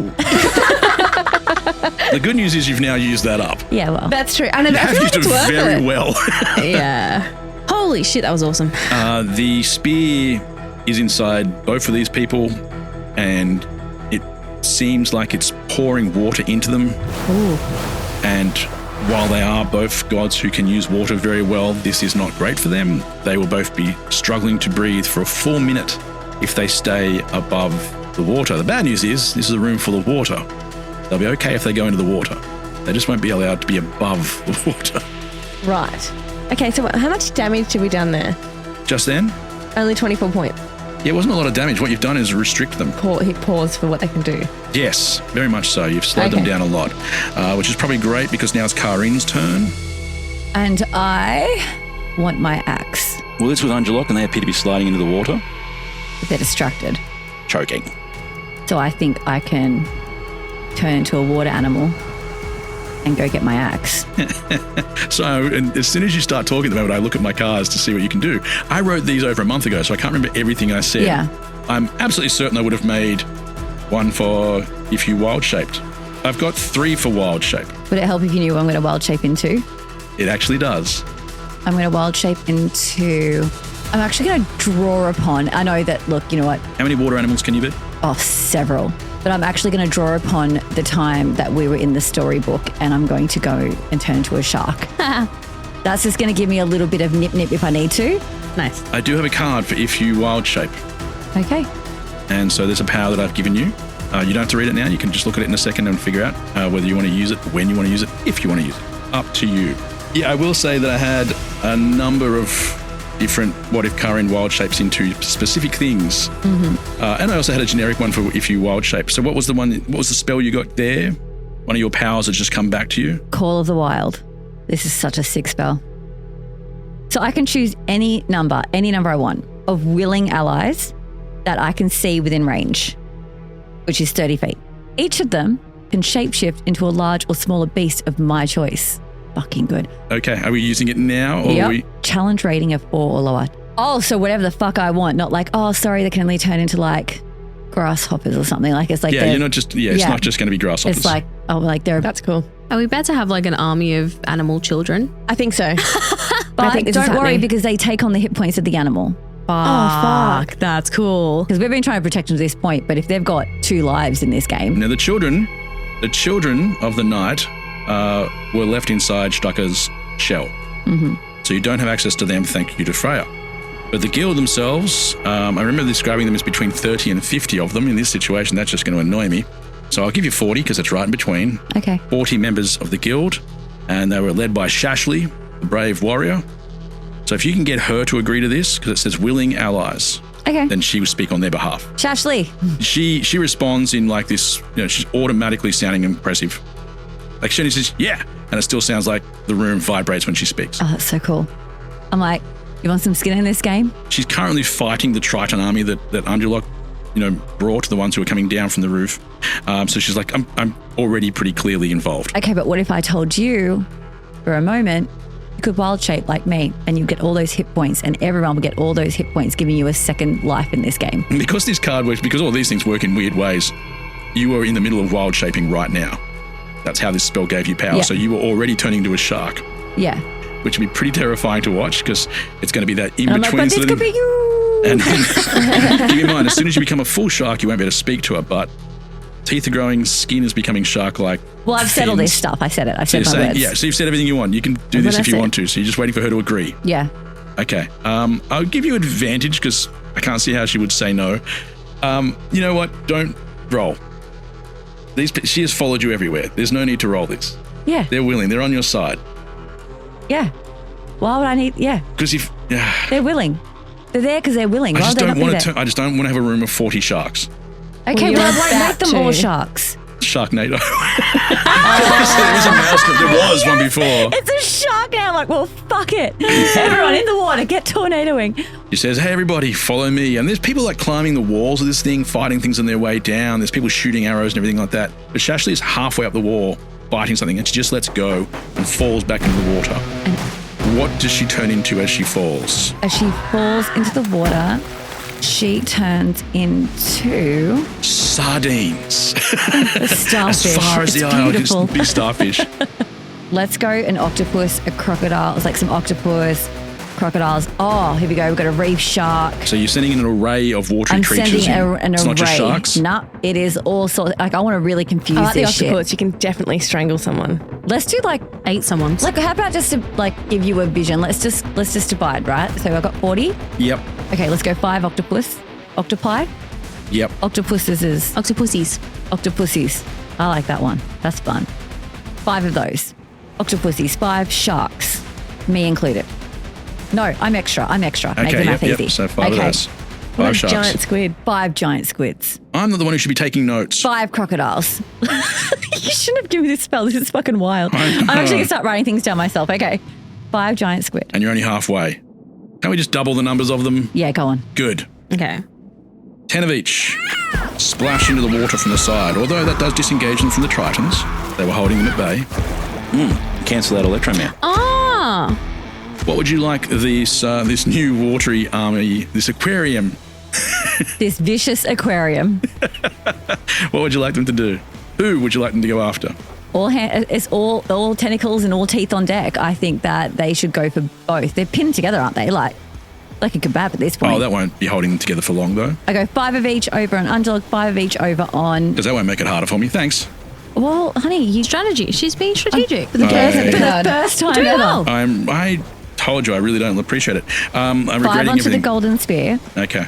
But I'm actually not going to help in this fight right now because while they're doing that, I want to find my axe. I want that back. Well, Angelok is definitely the one holding that. He is definitely preoccupied too. They're swirling about, plus stabbed. Yeah. Freya, did you let go of the spear that you made? Or are you just dangling on the edge of it as it spins around? That's a good question. I say dangle. Yeah. Why not? Think of the imagery. Yeah. Otherwise, what else are you doing? Take that! I'll say you're still above the water. Yes. It's a biggish spear. Spear. Sean Connery saying it. The problem with dividing them all up like that means I need to know how much. Well, you're attacking. Yeah, attacking. So, what attacks are each of them using? All of them are using melee attack. I'd imagine. Yeah, there's not a lot of All teeth and octopuses tentacles. out there with bows and arrows, but Beak. Wait, does it? Oh, shit. you're gonna have to look at your cards and tell me. Hold on. Because you brought in every freaking animal you had. Well, I don't. Well, except for one, strangely. The snapping turtle. No. What was Could it? have. A lot of those. Okay, I got my giant octopus. Crazy, I didn't do a platypus. Just 40 platypi. I wasn't prepared for you to be this many animals. I've just found the giant squid. Oh, thank you. I don't have that one. And they have a multi-attack. Perfect. Oh, and awesome. I need my shark one, please. Add half an hour. I reckon. What kind of shark was it? Great white. Great white shark. Let's keep it a little bit simple and give me one attack for each of those sort of things. Even if it's a multi-attack, we'll just treat it as though it's one roll. Okay. All right, so we're going to start with the octopus first. We've established that it's +5, did you say, for a beak attack? Beak attack or tentacle attack? Tentacles. Tentacle attack. You mind if I roll these ones? Please go. Yes, I insist. All right, so I'll tell you how many hits we've got. That did sound like an octopus. Yeah. Yeah. You know what? That is an appropriate die for Yeah. Yeah, it's pretty gruesome though. Plus what was it? +5. +5. One of them hits. How bad did you roll? You're attacking a god. All right. Well, then a 10, 2d6 +3. bludgeoning damage. I'm going to write these down. We'll do them all at the end. Sounds good. 2d6 plus 3 already. All right, then for my croc, Okay, your crocodiles, what do they do? that's going to be a bite melee attack plus 4 to hit. All right, 5 of them. 2 of those hit. 1d10 plus 2 piercing damage. That was the crocs. Squids. And squids have the multi-attack, so they're both plus 7. All right, so 5 of them. All 5. Yeah! All Good 5. job, Stacey. What does the grapple effect mean on that situation? In that situation, they do bludgeoning, and they also grapple them, which means the creature is restrained. Undulok is now restrained by 5. Actually, Squid. I'm going to have to stop you there because what I failed to read on the crocodile was 1 hit, right? Yep. Which means that it's got piercing damage and the target is grappled, escape DC 12. 6 things have now latched on to Undulok. Nice. I'm just writing a little number there for how many things are holding on to Undulok at the moment. The DC to escape the tentacles on the squid is DC 17. Hell yeah. Oh, do you want the damage for those? Sorry. Oh, yes. So the bite is 2d6 plus 4, and the tentacles 2d6 plus 7, and then the that's great a lot. white. And we haven't done the great white yet? Yep. 1 attack. No, this is all 1 freaking Yeah, attack. we know, and it's fun for us. Your shark. It'd look awesome. Your shark bite is plus 9. Damn. All right, 5 of those. Be good for a Netflix show. When they turn this into a TV series, the imagery and the CGI is going to be absolutely mint. I think sometimes they're going to go, look, we've had to walk this back. This There was were ludicrous. too many sea creatures. Sorry, the part where you said 40 sea creatures just launched off the walls of the cavern and latched onto one god. We've gone with 5 because we couldn't afford the animators. All right, I'm rolling for your sharks here. They've made Sharknado. So I think this is fun. I agree. If Sharknado can happen, this can happen. Did you attack both gods? Like, is this No, only this is half the of first your... half. This is the first half. They've Jesus. divided them. Yeah. What was the bonus to attack there? Plus 9. Fuck. That's 3 more hits. All right, what do they do? 2d8 plus 10 plus bleed, which is 1d6. Let's bleed. There's bleed. Just start plus bleeding. bleed. This poor thing's been... What do you say? This poor Sharks, thing. This thing wants to kill all of us. Right now, Poor I feel like things. this god feels like, what did I do wrong? But sharks and squids and everything latching on. And also, it's a little minor cut. Oh, I'm bleeding. Undulok is still really healthy, but I'm about to start clicking how many things are... All right, so I've added together all of those hits and entered them into D&D Beyond's dice roller because honestly, we don't own enough dice between a lot of us. That's 22d6, 6d8, and just 2d10. Here we go. Squidgy noise coming. It rolls them on my screen till my screen's just covered. That is 108 points of damage. I thought it would be more. Freya calls out. Sorry, that's just on one god. She's like, not how I would have done it, but okay, yeah. It was It's all very right, I impressive. suppose. Have you seen my big spear It's like that I just 30 stole? die though. How many And you know points what? of damage was it altogether? Just then? Yeah. 108. But wasn't there like 30 something over here? Oh, motherfucker, I forgot to add those. 138. Wait, what do you mean? No, not 30. How do you remember that? Thank you. No, that's Yeah, a you're huge welcome. amount of Pluses. points. Moo, Good good job. catch. Yeah. I was like, Good catch, honey. I did not even pick up on that. I thought that was inclusive Yeah, of the 30. I was wrong. I'm so sorry because there was another 95 points on top of that. oh, I'm so glad I remembered that. It's wild. Over 200 points of damage. Okay, so we're getting there. Surely he's near death now. He's not well. He's not doing great. He's not doing great. He's about a dose. Not well enough to hold on to my axe. I'll say that. Because I'm going for that. That's mine. That's just one god. We're still going to do the... Are we just going to apply the same math on the No. other god? Oh, we're going to start the math again? All right. This does cause... I mean, it'd be hard to actually see Undulok to see if there's a massive amount of pain, but he has a spear wedging himself into the Nameless. He has squids all over him, sharks biting him. You didn't even do anything, actually. No, I'm Technically, on my yeah, axe at but, the moment. and he's got a minor cut. But all of these things, there's blood in the water. Ow! It's not fair. He is in significant pain, which you'd only be able to tell if you could get through this whirlwind of creatures that are flicking around him at incredible speeds now. And you've still got half of them to go. You've still got half of them to go on the Nameless. So let's do it all again. He would have been fine had you not succeeded against him in different time periods. Oh, yeah. That weakened him. But we did. Keeping in mind, you have not done that to the Nameless. No, we have not. We actually helped the Nameless in another place, didn't we? Who also knows you're not on their side now. That was a massive turn, Kaa'Riin. And it's not over. And it's not over? Well, casting the spell was a freebie that I gave you all. Every time you guys earn these things, I let you cast them for nothing. So you technically still have your action left. And my action is to go for my axe. Okay, that'll be a strength check. I will allow him to be at disadvantage. Why? Hard to say, isn't it? Normally I'm much stronger than this. Kaa'Riin, what did you roll? A 16 plus 4. Taking you to 20. Do you see what I just rolled? No.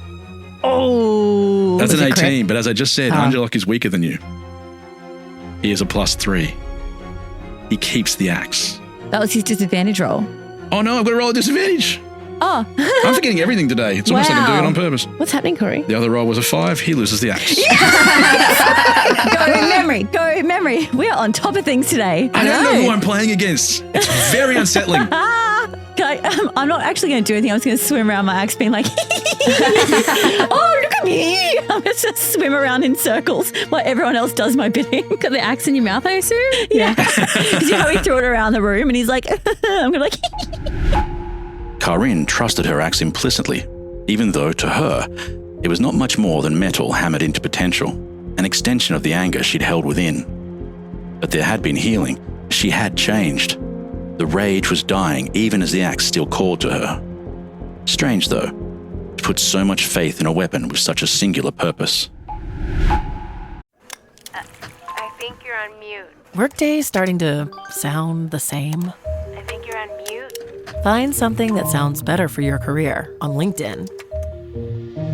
With LinkedIn Job Collections, you can browse curated collections by relevant industries and benefits, like flex PTO or hybrid workplaces, so you can find the right job for you.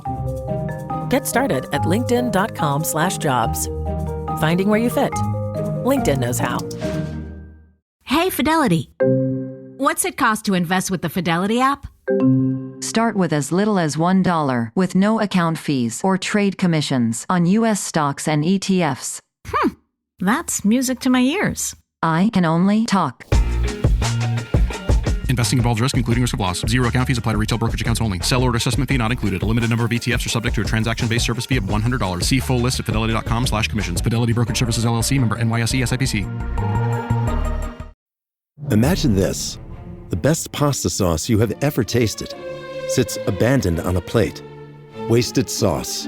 That is a tragedy. If only you had used Barilla al Bronzo pasta. Its bronze-cut texture holds your sauce and scoops up every last drop. The Italians call that scarpetta. Capture sauce the Italian way. Barilla al Bronzo.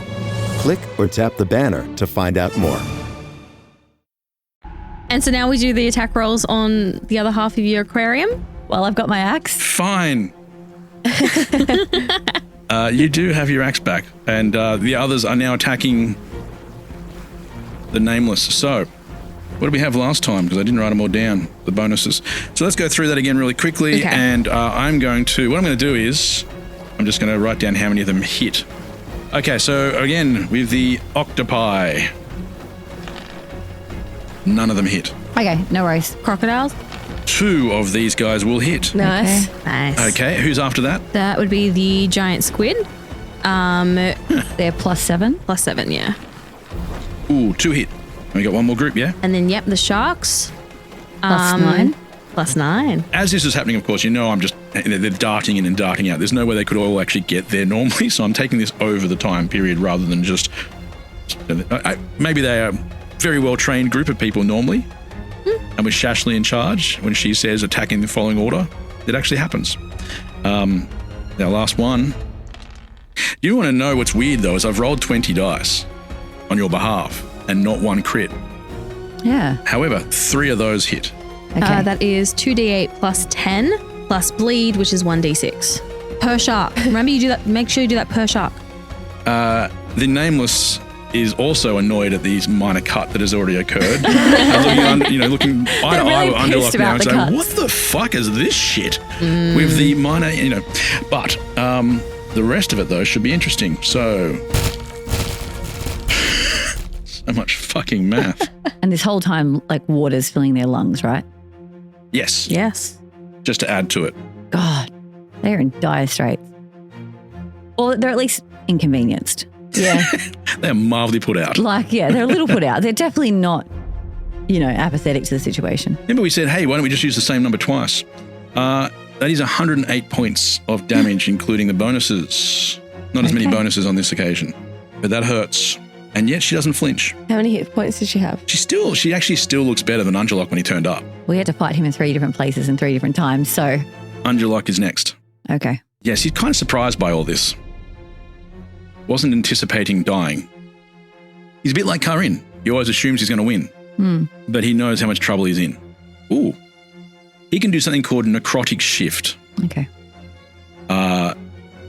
You see him dissolve into a shadowy mist of tendrils and black tentacles, and he vanishes.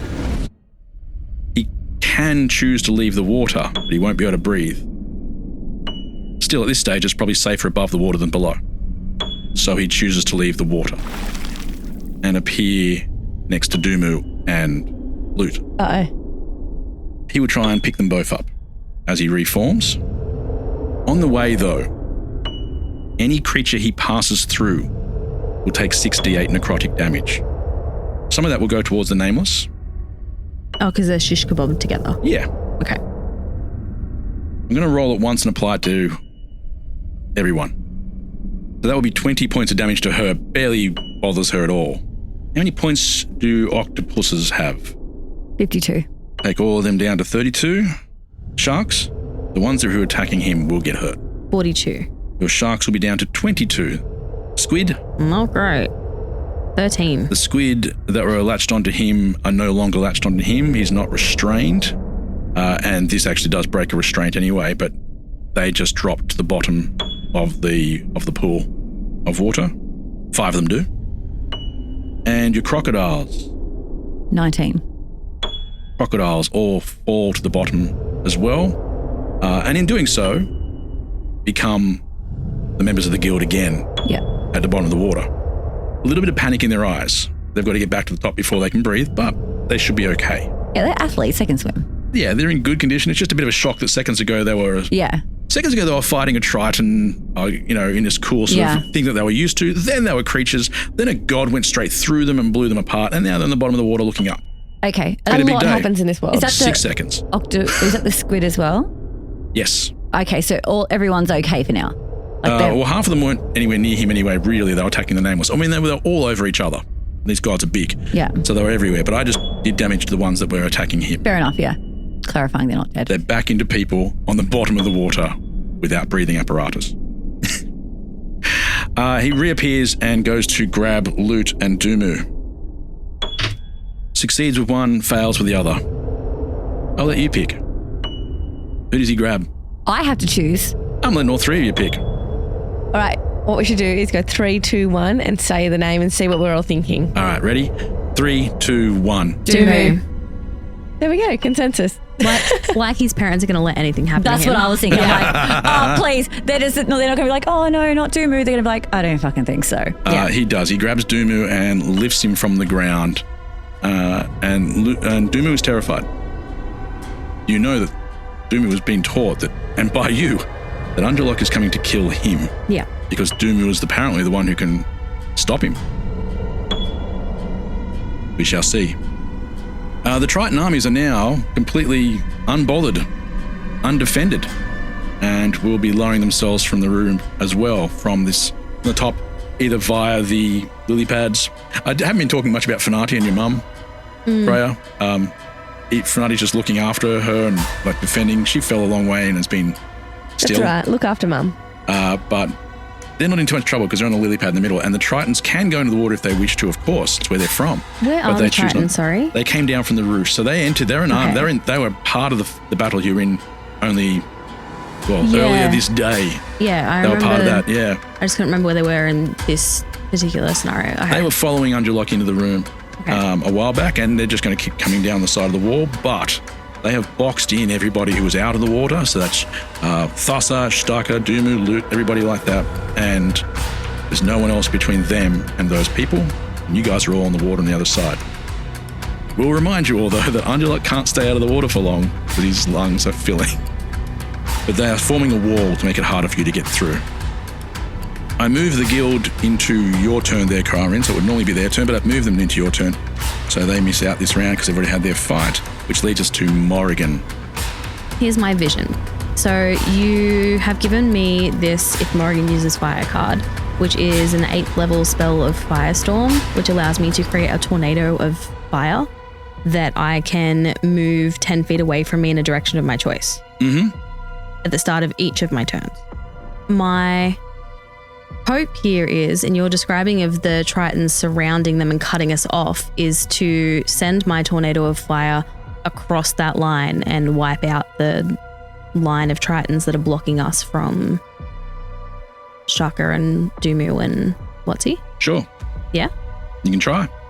And then my other question is, how far from Angelok am I now that I'm in the middle and he's over there? Well, they were on the opposite side of the cavern, so you are on the opposite side from each other now. But do you want a distance or just how far? Like just a general? Further than 120 feet? No. Okay, so here's what I'm going to do, or attempt to do. I'm going to cast Firestorm to take out the a line of the Tritons because it moves. Yep. Okay.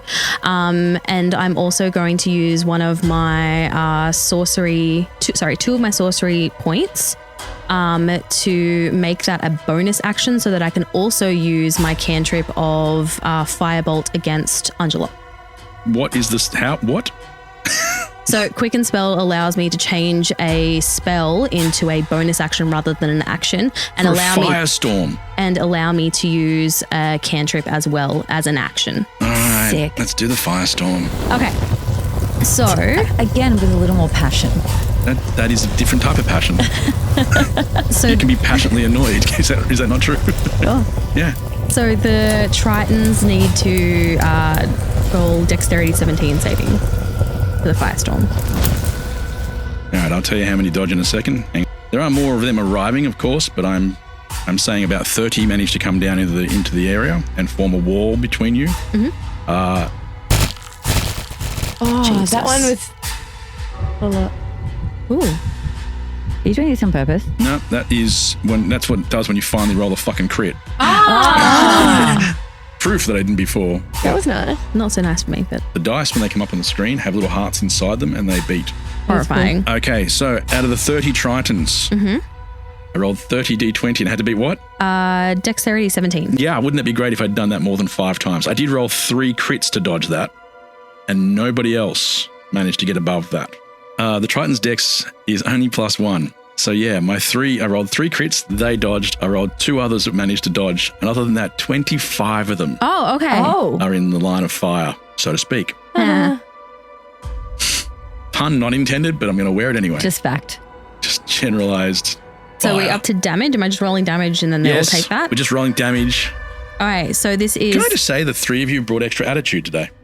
Yeah, no, I didn't mean to. have Sorry, I didn't mean to. attitude. No, just extra attitude because you're all kicking ass. I'm just saying. I don't think it was attitude. I think it was just finally after 4 years thinking, should we play properly and be strategic? And also that it just felt like a really big moment. These cards kind of help, hey? Yeah, You are gods. You are gave us gods. the bullets for the attitude. You There know, is, but I'm surprised at how quickly you took to them. well, they're very good. Because we're doing a lot of math today, I'm just going to do it on the screen. This is 10d8 fire damage. Yeah, you don't need to. You can roll it as much as you want to roll it. I'm going to roll it anyway, but you're telling me it doesn't matter because they're not that. They have 22 hit points each. Okay. So if you beat 22 with how many dice? 10d8. Oh, it's not impossible. 51. Okay. It would have been very unlikely. If I rolled all ones. Yeah, I was willing to find out. The fire rips through this wall of Tritons, remarkably leaving 5 standing. Yeah. Untouched. But all around them, people are just disintegrating, and 5 people are there like, this would be a great story to tell later. And as soon as they see this, they're like, nope, they're out. Oh. They don't care enough. They do That not want worked. anything to do with this. They were like, nope, I'm not. And then just hands go up. Seriously. Yep. They got no skin in this game at all. They're like, Well, do we care they've that been much? under control of Underlock for quite some time. He is not looking like the strong candidate right Oh, now. I'm not okay. saying they can guarantee that he can't still control them.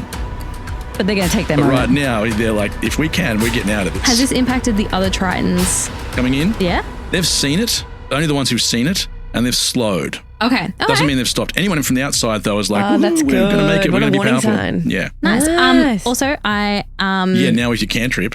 yes, because I figured out how to do 2 turns in one, so I'm really happy about that. So I'm going to use a firebolt on Underlock to try and help out Dumu. Okay. Will it hit Dumu as well? I can cast it as a careful spell and use God, you're smart. another sorcery point if you tell me that he's in threat. He's wrapped up, so yeah, Okay, you yeah. need to dodge So him. I'm going to also use another sorcery. Hold on, one. Careful. Unfortunately, yeah, you can only use one meta magic option per round. So if you shoot the fireball, Dumu's in danger. Firebolt it was, not fireball. Yeah, firebolt. It's not that big a danger. No. I mean, you're just shooting fire at a child, but Give me a sec, because maybe I have a cantrip that's a little less dangerous for another individual. Okay. I am going to change tactics. Okay, cool. Well then, yes, I would like to use Toll the Dead, because that is pointing at a creature that I can see within range, so it wouldn't have an impact on anyone else. I'm not going to lie, it's not impossible that you could take him out in this move. Okay. Sugar. First and foremost, you are looking at a wisdom saving throw of 16. I'm assuming he's pretty wise. Yeah. Yeah. I'm not good at reading your face. Indy's just coming over to have a look at what I rolled. It's verified. It's a 1. Oh, so I cannot read your face. Well, the first roll rolled off the table, so I was like, oh, damn it, I didn't get my first roll. The second one was clearly worse, unless it was equal. But a critical fail. Okay. So you will be rolling 4d12. 4d12. Okay. 22 points of damage. He lives. Interesting. Does he at least drop Dumu? Oh, yeah. Yeah, I'll let him drop Dumu. There's not much left of him. He is wisps and trying to rebuild himself. I would like to make my way over to Loot and Dumu. Okay. Yeah, a massive turn. And it's just a shame that you forgot what you were doing. No, I'm still doing the spell. Can't do the spell and the spell. What do you mean the spell and the spell? You cast spells, you can't do the other spell. Oh, because I have to concentrate when I'm doing those. Can't just change spells. Yeah, fair enough. So Dornus has completed his spell. Oh, okay. Oh, shit. And the souls of Inishday are now merging with the mountain. I thought I had more time. Okay, sorry. Yep, fair enough. And the mountain god is rising. The chamber itself shakes. The top of the roof is caving in all over the place. And you see different rocks around the edges starting to form into hands, then legs. You see different parts like that were effectively could have been holes and now fiery, molten lumps of lava. Fuck. And Dornus' mother is rising. Okay, pros and cons. Well, it's been a good run. Can we stop this? What's just happened? Yeah. No. Even with 2 time gods? Maybe in the last couple of seconds, Doomy might have mentioned what you did. Shit. What a snitch. Well, we had that wink before that said they were, and now they've changed their mind, so yeah. Fine. You're not allowed to change your mind. Okay, so Inishday souls have been given to the mountain god. The mountain god's resurrecting. We're inside the mountain god? It's God. It's weird. No, it's forming around you. Okay. Beneath, around, everywhere. And it's huge. Okay, now might be the time to run away. Yeah. Who's go? Loot. Oh, Loot, do something, man. Yeah, surely if Dornus' spell has already turned the mountain into a god, surely the souls have finished going in a loop by now. They have. Yes. I'm picturing like a Sailor Moon transformation. I am not. He doesn't change. He doesn't grow in size. Nothing about him changes. Okay. Except his almighty power. It doesn't even seem like he's got more powers. But he does have his staff. And he walks aside from all of you. And for the first time, even though I tried to tell you many times, you now see the middle of the staff. You can only see it from the angle. You've got to look to the side. Oh, we just knew there was something like a gap thing. Now you're actually seeing it. And it's very clearly a large gem. Oversized. You've only really seen one before. It was holding the soul of a vampire. This one is even bigger than that, but pure white. And Lute walks over to the water. Kaa'Riin, you hear something inside you, part of you, and it doesn't speak actually, you just feel the joy of this moment. The last whale? Is no longer the last whale. He touches the staff down into the water, and the souls of the whales that were once stolen by Dornus start to pour out from the staff. He had the souls of the whales all along. Oh. Yes, he did. Kept that hidden.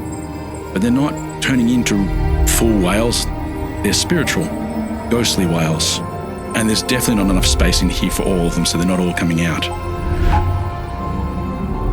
The rise of Dornus had come at the price of many souls. More than once he had tried to take the essence of the living and give it back to the god he thought had made them live in the first place.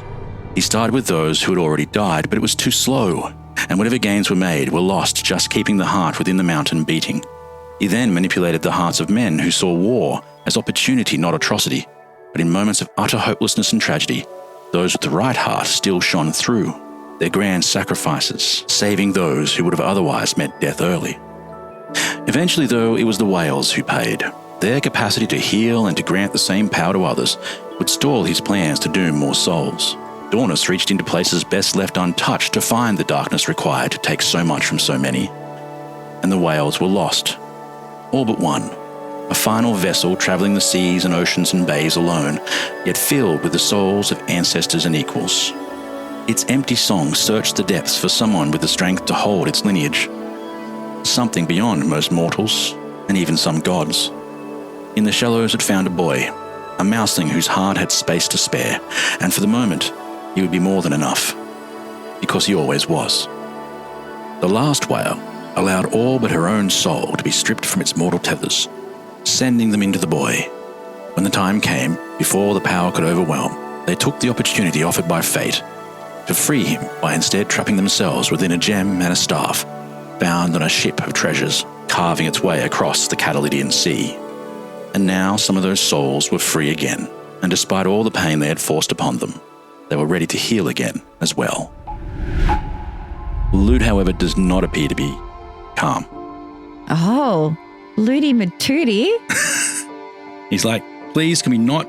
I'm very powerful I now. I know, my little bubby. No, I'm not a little bubby. Yes, you are I'm a little bubby. capable God, of doing some immense amount of damage you are so here. magical. I am powerful. Yes, you are. I can float if I want to. Watch this. I'm going to waste my entire spell floating. Look at me just levitate. He rises from the ground, and his eyes roll back, and they go dark for a moment. Oh, that's horrifying. It's fucking not nice. I know, I told you. He's not just, wee. He's powerful. Yeah, you don't have to make him have an exorcism. Yeah, he's not weird about it. He's not being Just make him exercised. glow or He's something. using, fine, he glows.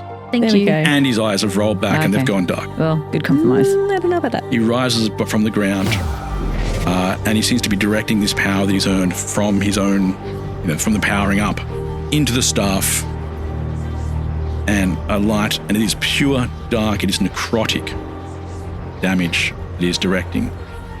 And his first target is the mountain god, because he sees that as the worst thing that's happening right now. I really need to get dice that I can actually see. It is actually good enough to hit. He's rolled a 16, and he has +8 on this. So he hits the mountain god. And he has the capacity to take power from her and redirect it somewhere else. It's a healing spell of sorts, but it sucks something from someone else first. Yep. Yeah. Okay. Has anyone actually been hurt? So you can direct it towards you first. None of you guys have actually been slapped around yet. I think I lost 20 points at one point, but I've still got 100 and something left, so I'll be okay. 21 points. That's what I 21 rolled. points, 21 points are stolen away directly. and they go straight into you instead. All right, so you've healed 21 points. It feels weird though. You know that you've taken that from someone else. Mm-hmm. He tries 2 more times after that to do the same thing, but now that she's seen it, it doesn't have success. Oh, it's not a sneak attack anymore. Well, it wasn't really sneaking before, but you get my point. Like, she seems to already know that he can do this and is aware of it. Yeah, very well aware of it. We're going to skip Thine because Thine's really pointless at this stage. No disrespect, but Thine's like getting Castier and everybody else who should be saved back inside the shell and just like, oh, look, after all these people, I've got some skills, but this is God stuff. Yeah. You know, if I cast a sandstorm, Leave it up it's to just the going to, gods. Don't be weird I don't about want to it. piss people off by doing something minor. So he's saving everybody he can, which leads us back to the Nameless One. The Nameless One rises from the water, pulls the spear from her own chest, and it vanishes because it's no longer hers, which is probably good for her because she at least notices she can't do it. She can't leave the water, but she can take the water with her. She's going to create a tidal surge, a huge wall of water, 20-foot high wave. And there's going to be a lot of rolling for this because she can hit pretty much everyone. I don't know how she'd miss anyone at this stage, and she's not trying to. So she roars across this chamber, a wall of water towards all of you in different parts. You'll all take 8d8 cold damage unless you can make a DC 21 dexterity save. Let's go around the table really quickly and see if you can dodge what she's doing, and then I'll roll on behalf of everybody else there. 10 plus 7, 17. That's a no. You will not be dodging. But can I use my shield? Yes. You can use your shield in this one. Right. I'm going to do that. Which means you create a shield and the water will go around you instead of hitting you. Yeah, that's cool. That's nice. That's what I like envisioned. that. Kaa'Riin. Okay, my only thing is I don't remember changing shape back from a shark. I thought I was still in the water. Still a shark, but that will still throw you. Okay, so it's going to throw me, so I'm going to use my shark stats. Yes, definitely. You've got to roll the dice. Oh, God. Sorry. You've been doing so much rolling today that I kind of just forgot to roll for myself. Roll of the dice. Do the... My poly. I was like just literally like... An 18. That is not enough. No pluses? Oh, you have +2. So even with a 20, that's not enough. I get hit. Nope. All right, well, I did What was my the best. saving roll again that we were aiming for? 21. 21. Oh, God. You sure I didn't have 3? I got 11. Each of you who got hit, which is somehow Freya remembered to use a shield. Yay! Nice. Well, that's a lot of ones. Still, 37 points of damage each. Okay. Gee. Ooh. But it also hits Angelok. Ah, yes. So I'm rolling to see if he dodges. He does not. And Angelok vanishes. Gone. Except for the souls that were within. So the souls stick around? Spray out and start looking for a new place. Jeez. Like loot? That is one of the places available. The souls can go anywhere, but they usually have to be directed. If they stay outside for too long, They fade or something? they fade, yeah. Yeah. God's souls don't do the same. We need Morrigan to... Yes. Kaa'Riin, you are next. Sorry, Freya, you are next. Hello? I've tried to skip you twice today. Twice today. Okay, so... I'm sick of your shit, that's why it is. All right, well, I feel like, thank God Angelok's gone. The Nameless kind of stole that from you, but... That's fine. I'm going to use my sneak attack but God version because I have just dropped off he's pulled the shield thing. Okay. Yeah. Yeah, so technically she's reforming right near you, if you're going for the Nameless, that is. Or you're going for the Mountain God. No, I'm going to go for the Nameless. Okay. But her attention should be on the water that she's trying to disperse everyone. I think there's probably not much to stop you from doing a sneak attack here. Great. Okay, here we go. Oh, with my booming blade, of course. Okay. Oh. What'd you roll? 5 Yeah, that ain't hitting. plus 11. Look, against 16? maybe a lesser creature, but you're fighting a god. True. The sword comes out of your hand. For a second, did you do the thing where it appears and disappears and reappears? I tried, but it didn't work, did it? No. But you do hear the sword speak. Hi, I'm Sam, and I still play the sword of deception. Let go, little one, let go. You shouldn't have trusted me. It's in my... I deceive.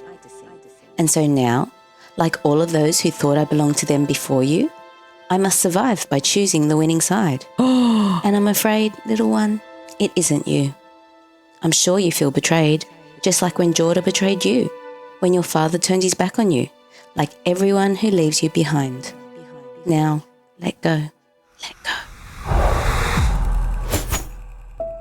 And you see the sword has left you. Is anyone a little angry at Sam too? Like it's not her fault, but I'll let her know She that, played that too well. She played it like she meant it, and She does enjoy these little bits. My favourite one Sam ever did was when it took like 15 minutes for her to read one line because she just could not stop laughing. So I've got a 15-minute recording of her just losing her mind. It's great.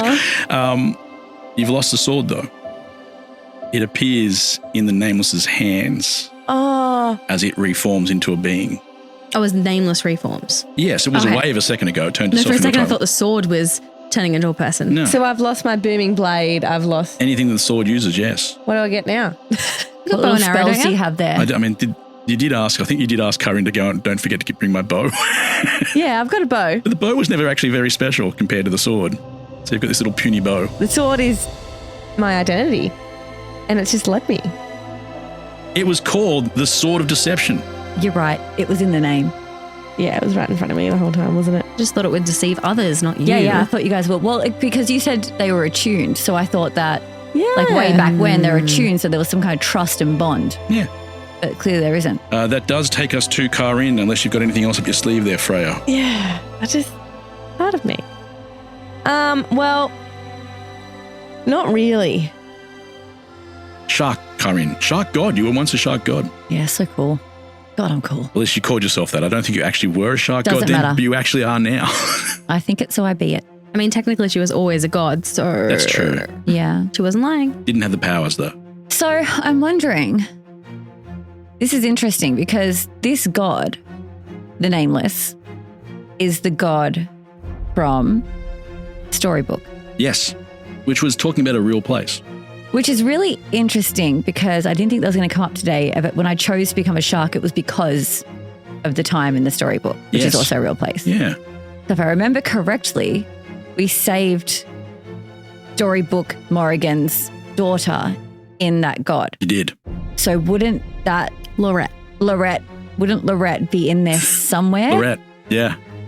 Lorette, which Is in I there. remembered all by myself. I forgot that one too.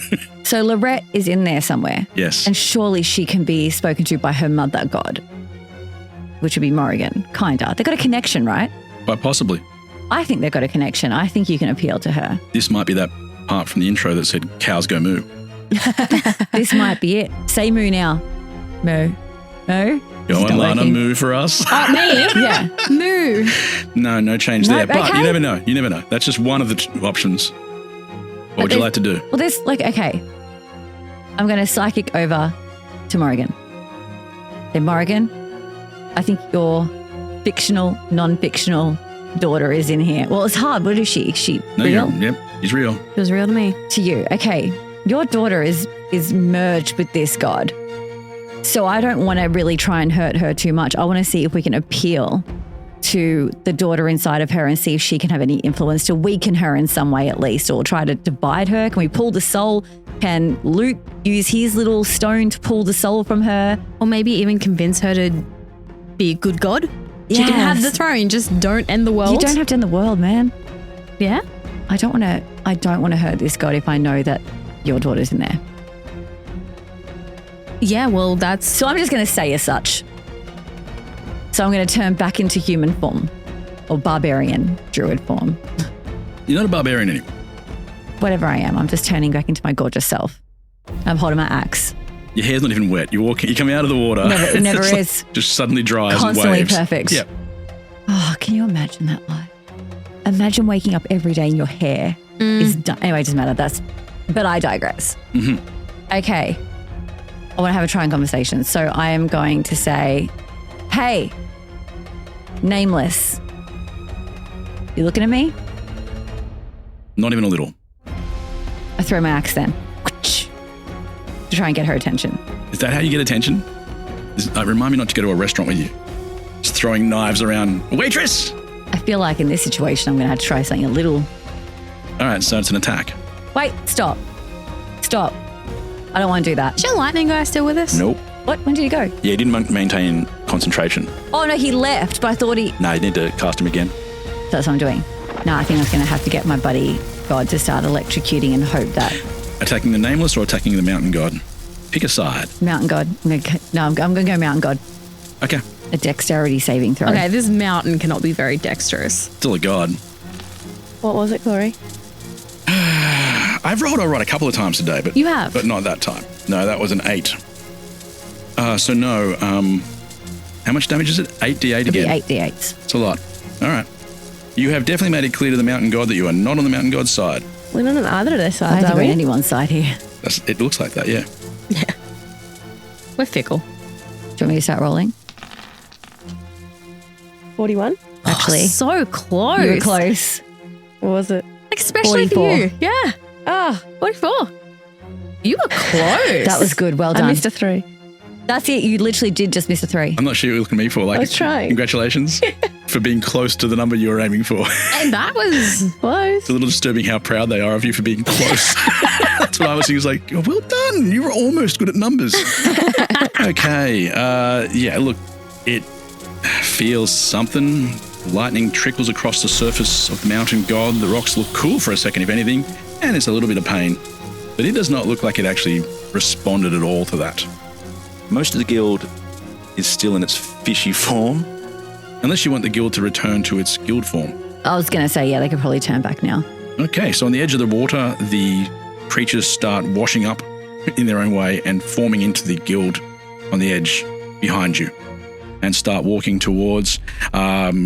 Who do you want to attack? Shashley's there, but she's looking across to you for guidance. I mean, all I'm thinking is like they attack, like when I'm like imagining them attacking the Mountain God, I'm imagining miners at work, you know what I mean? Going in there with their pickaxes. Just going with like doing what to a mountain? Let's go the other one. You're sending them to the Nameless. Let's go to the Nameless. All right, I will roll on their behalf. You did lose some of them, but they came back to life or were starting to come to the surface. They're just not here yet. There was quite a few of those, but I think you've still got... You didn't lose anybody, which is a remarkable thing. So we got 30 attack rolls. Oh, 20. Oh. All right, so there is a crit amongst those, and there are actually 3 quits. 3 quits. 3 quits. I'm not doing very well today. 3 crits and another 6 hits. I didn't do actually very well beyond those. But the crits automatically do their damage. Too much maths today. Oh! And they have done 86 points of damage between them. Cool. So that's 86 plus 44. It's a mix of spears that they have thrown before. You've seen them do this before, but they've decided to use those weapons instead of going into close combat. So they've stood back from a range and just all launched together. And they're so well trained, they really do look like they hit the same point. They just spike so cool.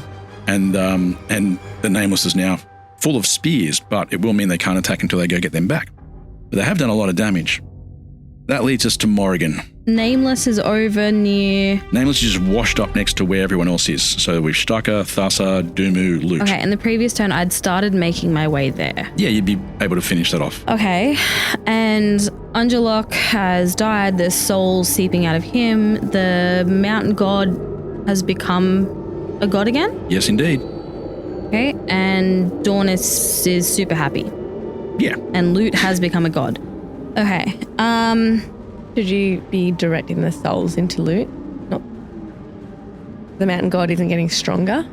You've always had that power to cast that spell. Yeah, I have the ability to do it. And if you have a gem, you can always redirect souls into that too. Which we do from the whale. Yes, an empty gem now, I would assume. Well, almost empty. Yeah. And it was strong enough to hold. Like a shit ton of magic whales. Are they sentient? Yes. Fuck yeah, they are. God, whales are cool. I mean, in both life and game. Yes. The spell itself to be able to remove souls is only castable by gods. Ah. Yeah, it's too powerful to have in the hands of anybody else. Or demigods. Or half of a god in the case of Evil Morrigan. Still a god.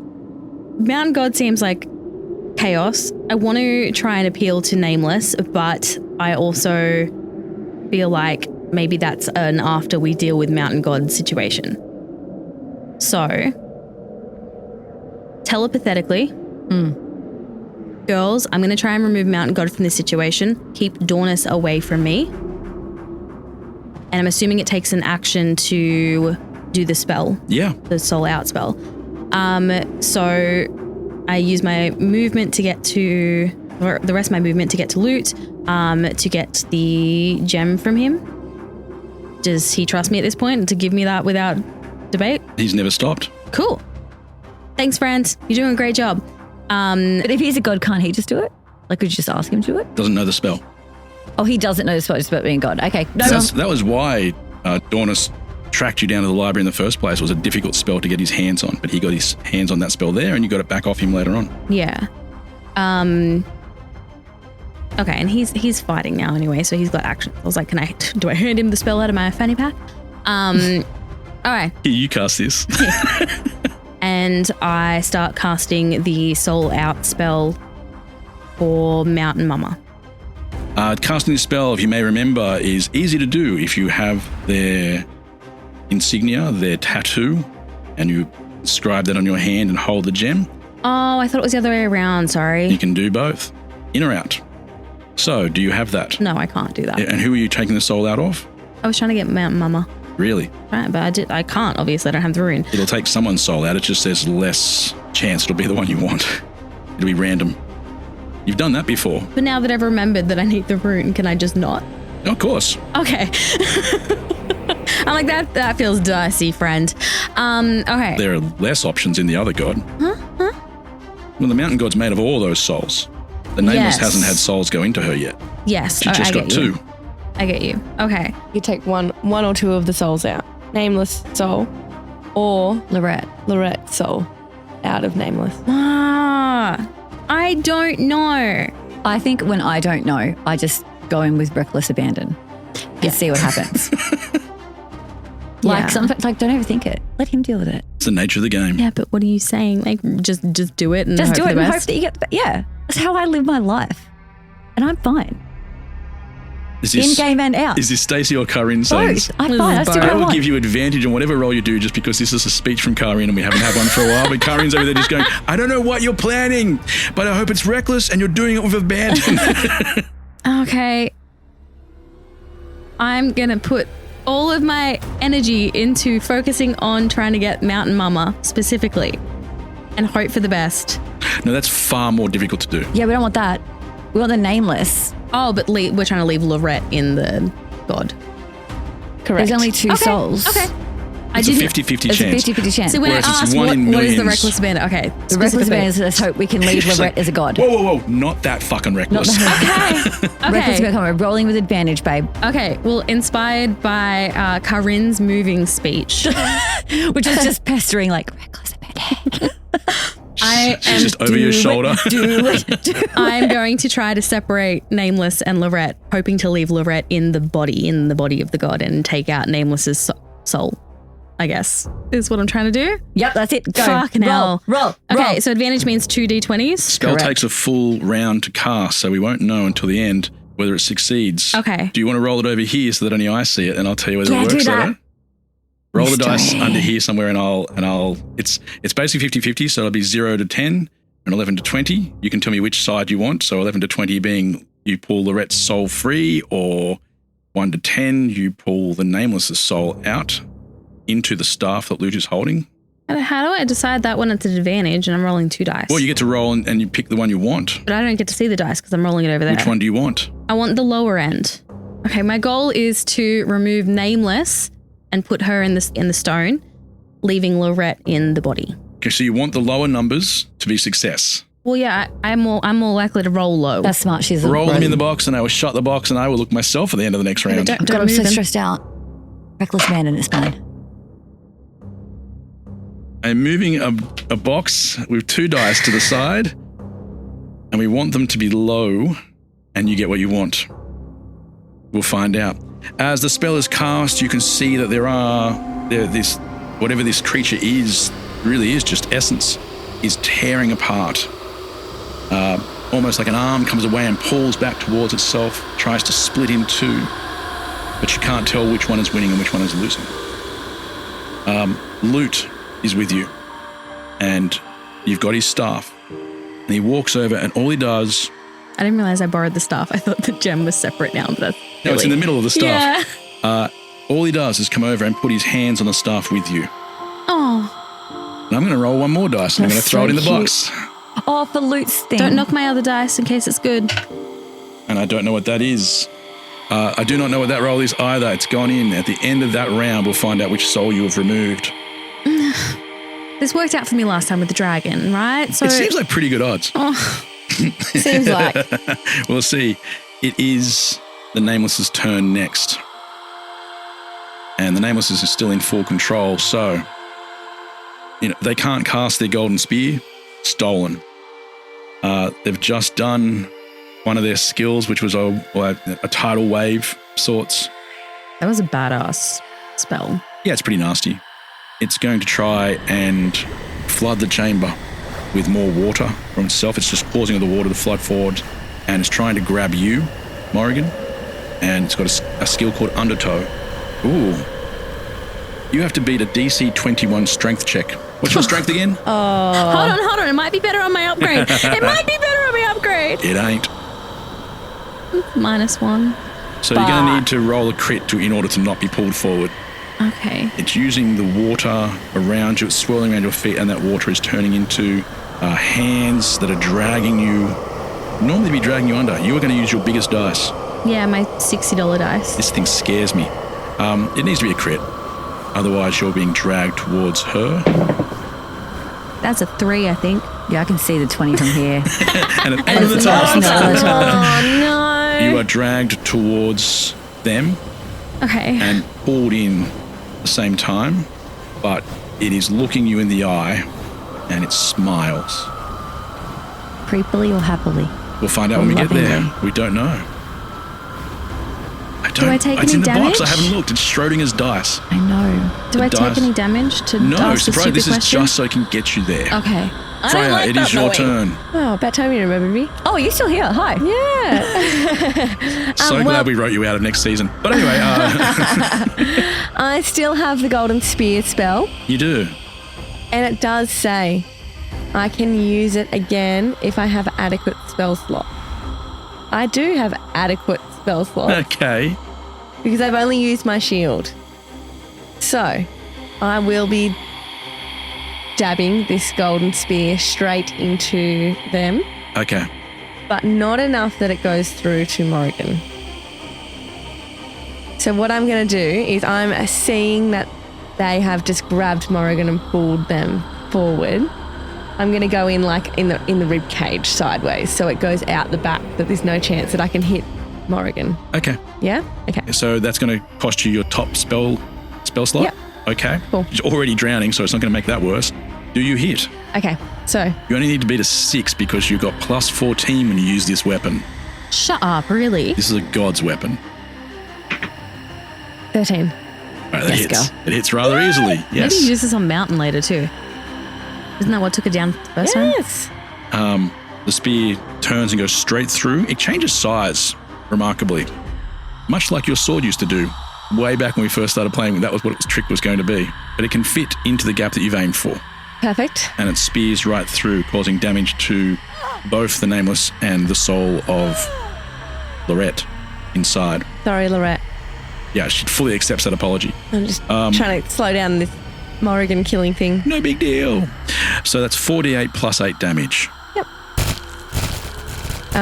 So 29 altogether. Okie doke. It doesn't hit that much, hey? Yeah, it's a smaller version of the full spear. Yeah. Anything else you'd like to do? Yep, there is. What is it? I don't know. You're looking at me like I should know. No, no, that's not it. You guys I never help you guys with that sort of stuff either. Yeah, I know. So that's a no? No. Kaa'Riin, what would you like to do? Maybe. I don't know. This game's hard. You've interfered with that spell by spearing it, and it's gotten Lorette. I'm just, yeah. Okay, so it's got them both. Yeah. All right. They are the same creature at this stage, so if they get hurt, they get hurt. The mountain's still in play. Very much so. And Dornus. Oh, fuck it. For no reason at all, and with reckless gay abandon. Oh, an extra level. Yeah. I am going to take my Melance's axe, and just out of sheer pissed offedness, I'm going to aim it at Dornis. Really? Yep. Fuck you, Dornis. Yeah, I'm pissed. Dornis interfered with something that was going well. It could have been fully powered up. Yep. But his weird mummy issues have ruined everything. We could have had one less god to fight. Yeah, and now we're fighting this shit. So for no reason at all, I've got no logic to this. I'm kind of just acting on emotion. I am going to probably not throw it at him because that would, stats aren't good. I'm actually just going to swing it at him. Yep. Okay. But first, how close is he to me? He's close enough for you to get to him. So that's what I'm doing. So my new axe stats are plus 12 to hit. Yes. Yeah. Plus 12? That's wicked. I love that. That's good, yeah? Yeah. I got 19. Hits quite well. Yep. And then it's a 1d12 plus 4 slashing. Yeah, it just doesn't do much more damage, I can tell you that. Well, I'm just angry at this It's a lovely point. axe. Okay. So I'm going to roll my d12. I roll 5 plus the 4. So 9 points of damage. Dornis is looking up as his mother rises and is quite thrilled by the concept that this is his life's goal to bring Mummy Dearest back to life. So when you hit him with an axe in the back, he's completely unaware of it until you do it. It doesn't do much to Dornis. It doesn't seem to bother him, but he's shocked. Ruined the moment anyway. It did. It definitely. He's like, it's a very much a, why would you do that? What sort of insanity are you bringing to this situation? But he has been hit for whatever reason. I mean, I feel like you gave a lot of reasons. Yeah. And he doesn't understand any of them. Who cares? He's a weird mummy's boy. But yes, that's for being a weird mummy's boy. That's for being a weird mummy's boy. He's ruined everything. And he's like, it's not weird. It's kind of weird. Where's your mum? Dead, like all my people. But I'm okay with that. I'm not going to fucking get weird and try to bring everyone back. Well, actually, I am. I am trying to get them all out. You know what? I've suddenly got a mirror held up to myself. And I'm like, wow, could this be about me? Just slowly put your foot into his back and pull the axe out as you're looking in the reflection of the axe saying, there are similarities. You know what? I've been doing some reflecting. It is actually Dornis next. Nah. And he doesn't seem to be fussed by you at all. He waits for you to remove the axe. Thank you for taking that out. And then he walks over and his mother's hand forms a little cup for him to walk in. This is how big she is. He can walk into the palm of her hand. Oh, this is sickening. And she lifts him above the ground. And he curls up on the palm of her hand. I hate this. And just drifts off to sleep. No, he just... And he shows no fear whatsoever. She lifts him out of range, out of danger. Oh. Don't you awe him? No, I'm awing her. That's pretty cute. You've done that before with Dornis as well, once or twice. She's gone, oh, it's not so. And we're like, he is creepy and horrible. Yeah, but like a kitten. I meant all on behalf of the mum. That's a sweet thing to do, is to get your child out of danger. Your compassion is bottomless, I tell you what. The armies are there again, but having seen everything going on, they're not convinced they should still be attacking the Nameless. But they will do so unless ordered not to. That is who they were targeted the first time. They will charge in different weapons now, having thrown the spear. Wait, which army? Our army? The Nine Lives Guild. Our army, okay. Yeah. The Tritons would feel guilt for their actions for some time to come. Not just those who were there, but the entire race by extension.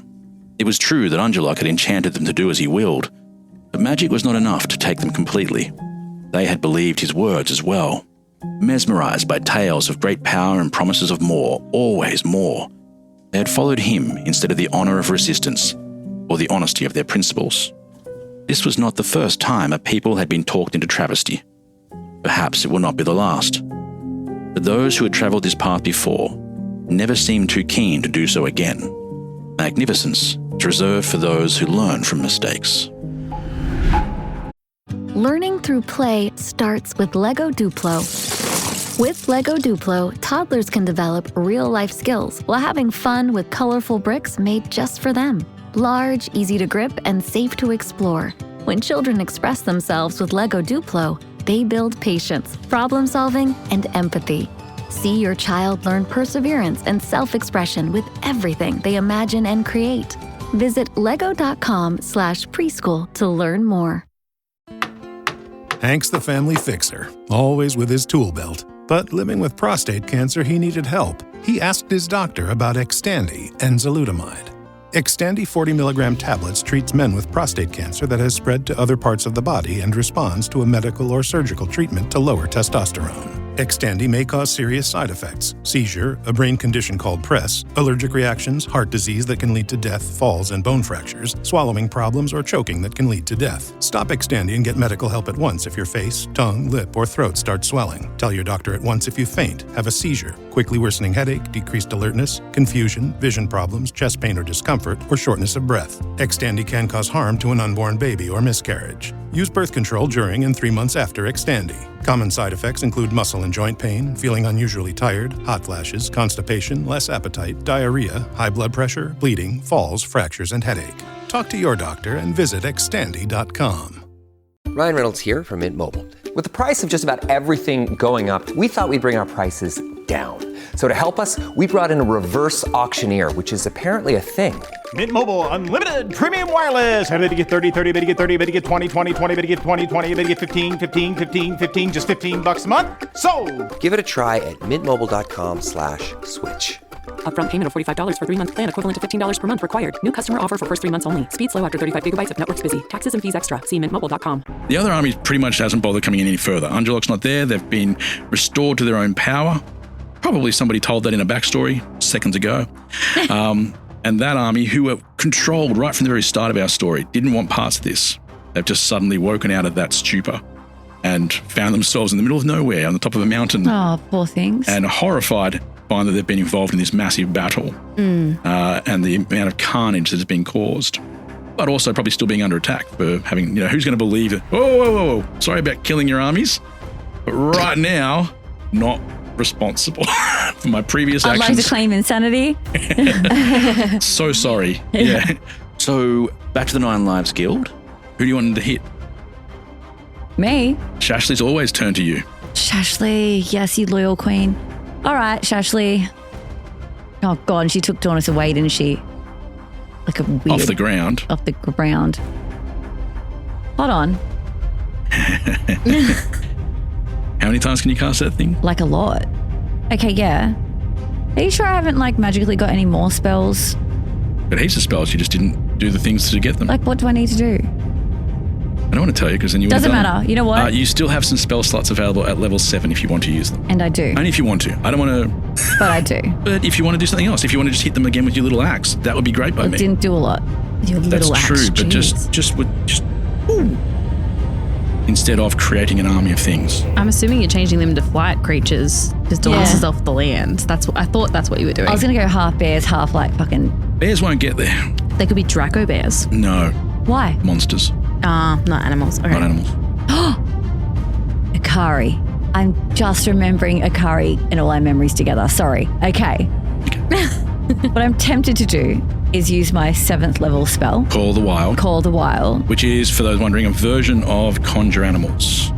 Which I wanted to put into battle and make lots of flying things like birds. Or leaves. But yes, probably birds. Probably birds of some sort. I mean, we were attacked by leaves once. Do you guys remember that? Yeah, that was wild. Yeah. And sand. Sacrificial ones. I don't think there's anything I haven't attacked you with. And worms. Yeah, and worms. Man. Ew. And rats. Strange time to have a flashback, but...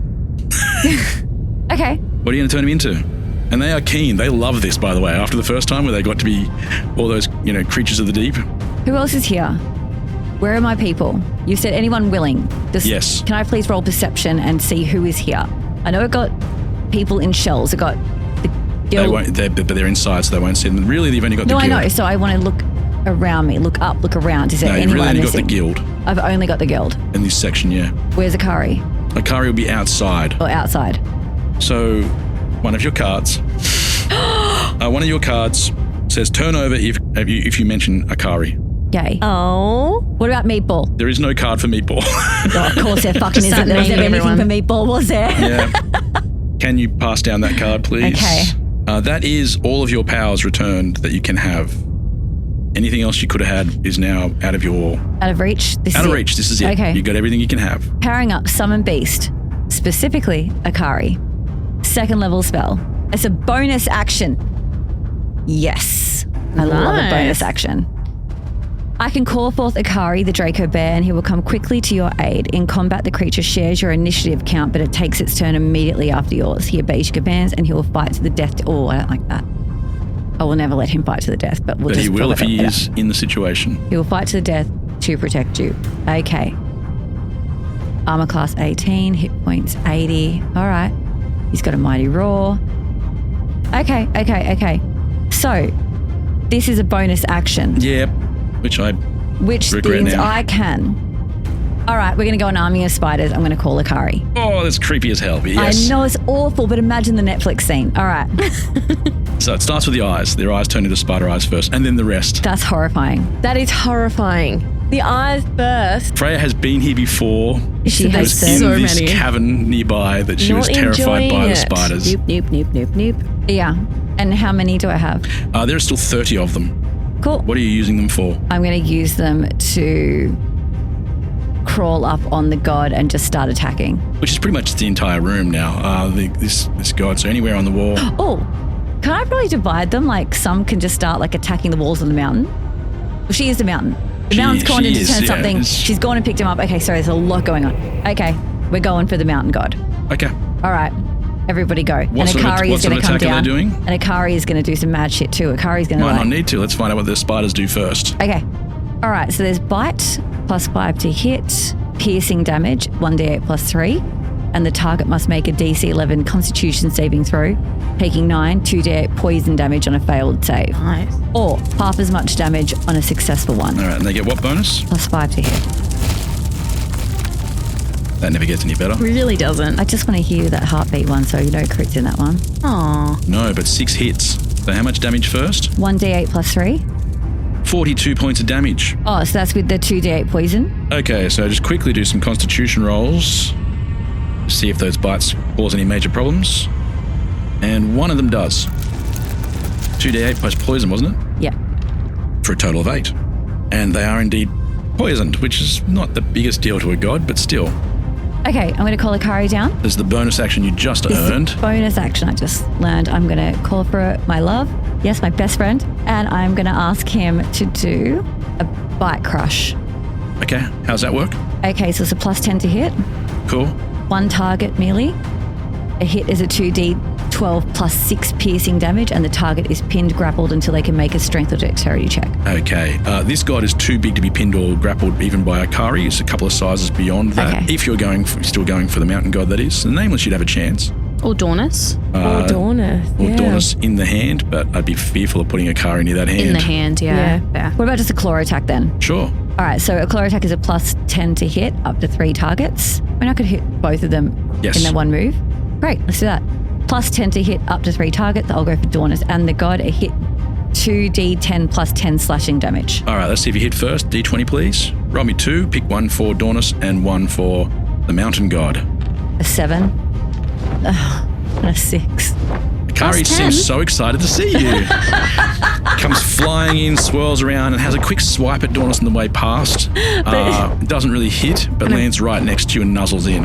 Okay. Just as more as a high five. Yeah. I just give him a cuddle and I go, good work, baby. Yeah.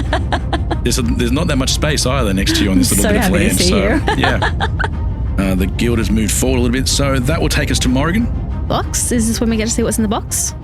What's in the box? I better In the check the box. box. Here's what happened. So, as long as out of 3 rolls you have 1 below 10, you got what you wanted. 2 rolls. Come on, 1. Come on, They're 1. going to get one He that rolled works. as There's well. 3 rolls because Luke joined in. 1. What would be the most Morrigan thing to do in this situation? Roll really All 3 high. under 10. All 3 under 10. I thought it was going to be like when she could have really been. needed it the most. She rolls like, We've got an 8, we've got a 5, we've got a 6. Yes. It's abysmal, people. No, it's as perfect. expected, performing in alignment with expectations. Okay. That's hilarious. Okay, so that does mean that you have managed to extract the nameless kicking and screaming into the gem. Yes! Oh, that's good. That means little Rat, my daughter, is currently in the body of a god. That also What means remains of it, yes. it also means I'm plunging a spear into your daughter. Awkward conversation starter.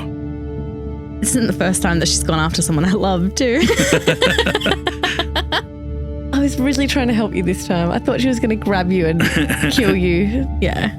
Lorette, it's me, your mother, Carmen. I mean, I'm Morrigan now, but I was Carmen then. Do you remember me? Yes, of course. Okay.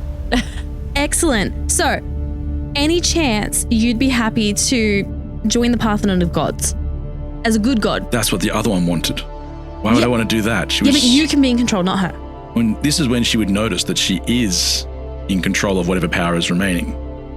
Yeah. I mean, do you know her that well? Oh, God. Blood of my blood. She's my daughter. Sort of. Does an insight check count as a action? You can do an insight check. It's not gonna matter. For those playing at home, Lana has just said a sentence that involved the word "none of this will matter." The phrase, anyway. I'm not sure what she was saying. Even with a +6? Let's watch. I rolled a 2. Oh, there it is. Okay, I'm trusting. It's my daughter. I am trusting. No, your role says you do not know whether to trust her. Yeah, I don't know whether. So, in the spirit of reckless abandon, I'm going to choose to just hope for the best. I've just written on my page, Loretta's in control. This is ambiguous at best. I don't even know what to think here. Okay, Lorette, I need you to be better than the woman that's stabbing you currently and choose love, not hate. And there's still souls floating around, aren't there? Well, actually, no, there's not that many left. They've been directed. Anything else you'd like to do in that turn? Can I hug her? Yes. I'd like to hug my daughter. It's been a while. Probably wasn't a bad move. I'm glad that she's here. The hug mattered. They almost always do. There are fake hugs, side hugs, disappointing hugs. Inevitably, there are awkward ones as well. But the best hugs are a promise between people, a treaty of sorts, an agreement that we will always try to come back to the place that joins us, where two hearts beat mere inches apart. Sure, Lorette had only seen this woman who now wrapped them together from a far more distant perspective, watching from within a god and beyond the stars. But up close, the soul split in two, damaged, frayed by constant journeys to the edge of life. It was still the right soul. I do have a card for turnover if Morrigan shows empathy. I'm a very empathetic person. That's why. Yes, that's why I made a card. Aww. All of these have been based on things you most likely So would do. because I hugged my daughter? Yeah, I figured. I didn't think I was looking just in case. That is the last one you will be able to get. Thank you.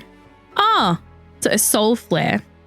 Choose a creature within range. Redirect any nearby bodiless souls towards that creature, which is when I went, oh. And then I was like, the souls do not join the creature. Oh. Instead, they tell the creature their story. Every heartfelt moment, every loss, every laugh. Psychic damage is determined by the number of souls available. That's rough. That would have been, but we pretty much run out of souls. And I also, I don't have an 8th level to use. That would have been pretty powerful. That's very cool though. Yeah, but right now Dornus is trying to get his mother to do something, and rather than do anything himself, he has the capacity to get others to do things for him. What a surprise. And so he is directing her attention, which will give her an extra attack that she can take right now. Dornus directs the mother to attack. Well, Corinne's doing the most attacking on Leave me alone. On her, so... Aren't there spiders all over them? Yeah. And you directed them. And that's a crit! Hooray! People, why is no one else happy about this? Everyone looking at me like I'm the jerk. No, It's nice if you're on our side for once. Okay, a crit. This won't go well. So the mountain god is using a spell called Terraform, where it gets to create the world around it. And around you, the rocks rise up and crush on either side of you and start enclosing you. They push together, push you out like a pimple. Mm-hmm. You'll come out the top if it works. It was a crit, so this will not be nice, but that is automatically 40 points of damage. Whoa. Fuck. What a sting. Automatically. Yep. Wow. 40 points on the crit, and then it's 4d10. That's a 1, a 1, and a 3, and a 4. For a total of 9 more points of damage. And you are restrained, not surprisingly. Oh, by the rock. Yes. Unless she was a smaller creature. True. If you're a smaller creature, that's true. She could get out of that. What about Akari? He was near me. Didn't hit Kaa'Riin. Okay. That leads us to Loot. And Loot draws all the power that he can again, rises from the ground, eyes glaze over. Different color this time, though. He draws on a different type of power. Eyes are purple this time. I was going to say purple. Purple. He's like, it's purple. I am a very powerful being. Please stop diminishing And I me. say, yes, you are. Yes, you are. You are restrained by That's rocks, true. and you still manage to say things to me. D20. Freya's mage hand just goes up like, boop, boop, boop. let's just say no, as he tries to use one of his first god spells. So that would have been kind of like the tentacle power, a little bit like that. It's like tendrils that come out from him, but they don't manage to latch on to any part of the mountain god. So I rolled a 5. Okay. It was abysmal. Which leads us to, well, the Nameless is gone. It's bounded inside the stone. So we're back to Freya. Yep. I'm going to withdraw. Where are you going to go? I'm not running away. No. When you normally say withdraw, it's leave. No. I'm going to withdraw the golden spear and then I'm going to attack and then I'm going to turn it towards the big mountain god. Okay. And say, sorry, that wasn't meant for you. It was for the other chick that was in there. Can I sneak attack with the golden sword? It's a spear, but... Oh, I'm going to do that then. Yeah. Okay, I'm going to sneak attack with the golden spear to the mountain god. Let's see if it hits. Okay, I rolled a 10, but it's plus 14. Yeah, it hits. Boom. Okay, great. How much damage do you do as you sneak up behind a mountain god? Not nothing behind, it's just not able to see you from the perspective that it has. Extra 10d6 damage. 10d6 plus the weapon itself. The spear. Does 4d8, and we'll add 8 to it at the end, just for the sake of it. Roll away. 45 altogether. Plus 8 more. So 53. Freya jumps through the air and loves this new golden spear you have. Well, the sword decepted me, so... Did it though? As you find the golden spear inside the heart of the mountain, you also find your sword. Your sword of deception working its magic. is on the other side of where you've just stabbed. And it also attacks. The sword of deception. Give me a second roll. Go, girlfriend.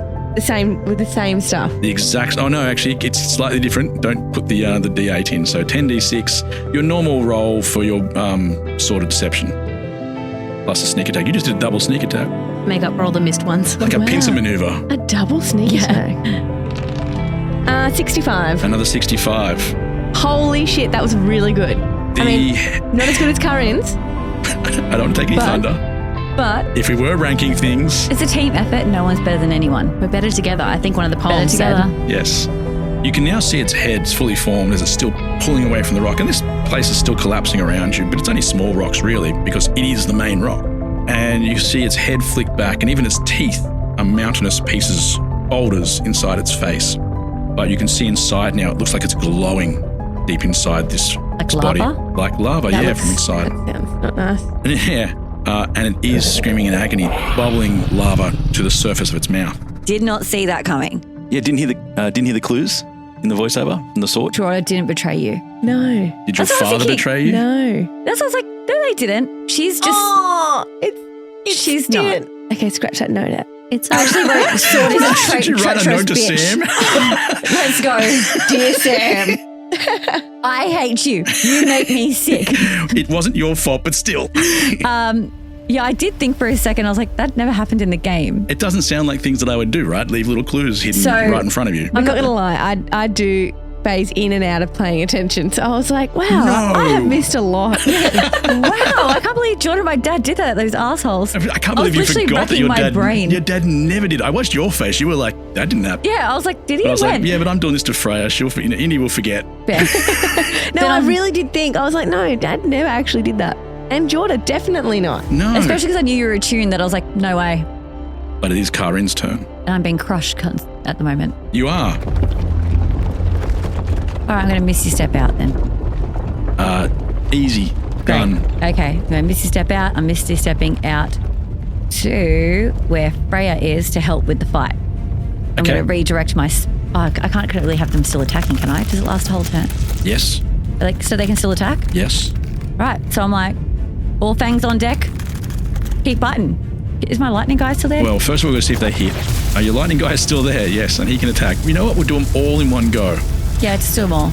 Lightning guy is attacking first, and while he's doing that, all the spiders are lit up with his lightning as well. So cool. This is going to be big. That's a 18 on the D20. It is, because he has hit. Can you do the spiders for me? It's just faster. Now I'm going to roll for the spiders. Got a lot of spiders crawling all over this monster. Yeah. Ooh. I've only missed 6 times out of 30. 24 of them are high enough to hit. Holy. Yeah, I know. I'm looking at that going, that doesn't seem right. That's excellent. And knowing that, I keep Akari well out of danger. And you just sit here because that looks like it's going to be fine. Can I just tell Akari to go? I'm like, baby, go. Sorry, I thought I meant to back up, but I just missed you. Yeah, I don't ever want you in this situation. Can you please? Well, maybe you need to see how much damage you do first. First of all, how much damage does the elemental do? 8d8? 8d8, yes. 8d8. And the spider's bite? 1d8 plus 3 for each. And then on success, 2d8 poison. Holy crap. That's if she fails the constitution. Yeah. But I've got 24 hits. Excellent. A spider's crawling over. 24 times the 3 alone is pretty badass. Yeah. I love my spider army. Freya loves it too. And she will when it's saving her ass. Yeah. I'm just closing my eyes and rocking back and forth at this point. Yeah. I'm just writing lots of numbers down on your behalf now. The nice round 100 just from the bites. Excellent. Oh my God. Plus. All I can tell you is it's not dead. Yeah, but is there more But I can points? tell you how many points I'm adding them up. Okay. It's a lot to add up. And it's not dead. No, the elemental is blasting this thing.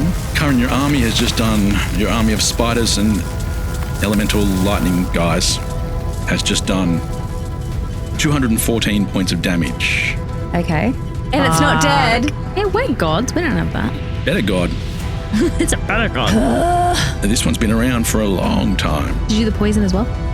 It has to fail the constitution check for that to happen, or the multiple constitution checks. So what has it got to roll to beat from your spider bite? DC 11. Constitution saving throw. 24 hits. It's ridiculous. No, it's not. I told you going into this, reckless abandon, and the odds are always in my favor. Constantly. But we were rolling to see how many times out of 24 that she failed a constitution check and was actually poisoned. Yeah. And that has happened 6 times. Yeah. Out of 24. So then it's... So 6 times, what have I got to roll for poison? 2 d8s. Each one, so that's 12 d8s, yes? Yeah. Good. Do you want me to roll it? I can roll it. Maybe you should. Yeah. 59. Oh. Kaa'Riin, how does the mountain god die? Yes! Yes, my God. I That's love so killing many a god. points in one round. I always do a really gruesome death. I actually think this time I'm going to... All right. Okay. So, she's dying. That's exciting. Yes. Dornis falls to the floor and he's okay. Oh, okay. I know, but he's not dead. Okay. Okay. And this moment it actually isn't going to be about me. This is going to be their weird, creepy relationship. Not joking. It's going to be... Oh, God. She actually, okay. So for me, she knows she's done. She's done for. There's no saving her here. And I just think she's going to look down at Dornis and Dornis is going to hold her hand and they're just going to share a moment as she slowly fades away. That's it. Oh, that's actually kind of nice. She crumbles into nothing and fades back into the mountain, I guess you could say, but she is no longer the god she was. Dornis is left crushed on the ground. Again, this is his dream. Okay. But he is devastated. I'm going to go comfort him. Can I do that? Is that within my turn? Why would I stop you? Yeah, you I can. don't feel like that's an action and you can't. No. Well, we're let's just say we're out of combat. Okay. There's nothing else in here except Dornis. All right. The Nameless, now embodied by Lorette, is not involved, not interested in fighting. Yeah. The Nameless itself is captured inside the gem, and Dornis is just doubled over in tears as you walk over and put your hand on his shoulder, even though you've just pretty much used your army to kill his mother. I'm sure he's taking it well. No, he's not. No, he's not.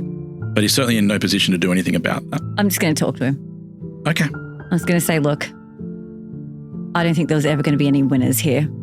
I think we're all just survivors. And I'm sorry she didn't survive this one. But I'm not sorry I did. I don't think he's coming around. I want to say, they say all is fair in love and war. But it's not, is it? And then I'm just going to put my arm around him and give him a cuddle.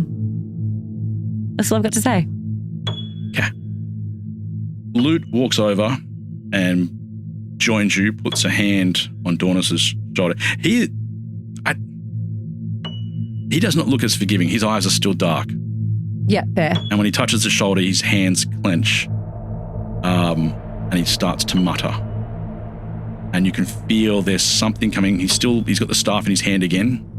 And the staff is agreeing with him. Mm-hmm. It's releasing power from that gem. Yeah. Through him, it's dark and it runs around his fingers. Yeah. And he's squeezing on Dornus, and Dornus is not making a noise, but you're seeing that he's in pain. I say, yeah, I think this is the best. Just let him go. Joking. He's, I go, Lute, whoa, Lute, come on, he's suffered enough. What's going on here? And Lute says, wait, in the meantime, I've just got Indy in my ear laughing, going, more death. What is wrong with you? Kill him. But Lute lost Dutch in this fight. Dornus is part of that. Dornus created that. He's angry. He's really, really lost. All right. I say, Lute, baby boy. And he goes, I'm not a baby boy. You just cannot let him go on that. Smudgy. Any nickname you can give him. Muffins. I go, Pumpkin Top. Do you think Kaa'Riin would do anything less than scour all of time and space in the universe to bring back Dutch for you? He's in the snail.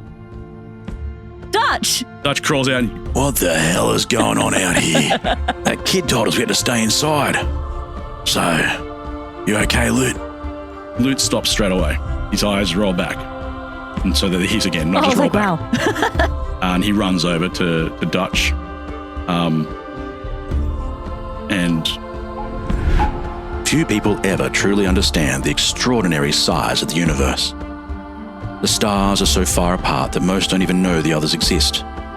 There are worlds spinning in galactic silence beyond our comprehension, hidden behind dark, swirling eyes that draw everything into devastation, only to blast it back into life in epic sprays of color and potential.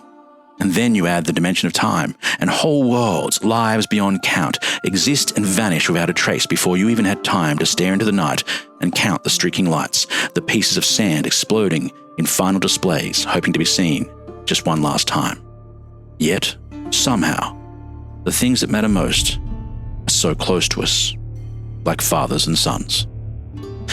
For Dutch and Lute, the distance between could be meters or miles or moments or millennia, but it would always be the same.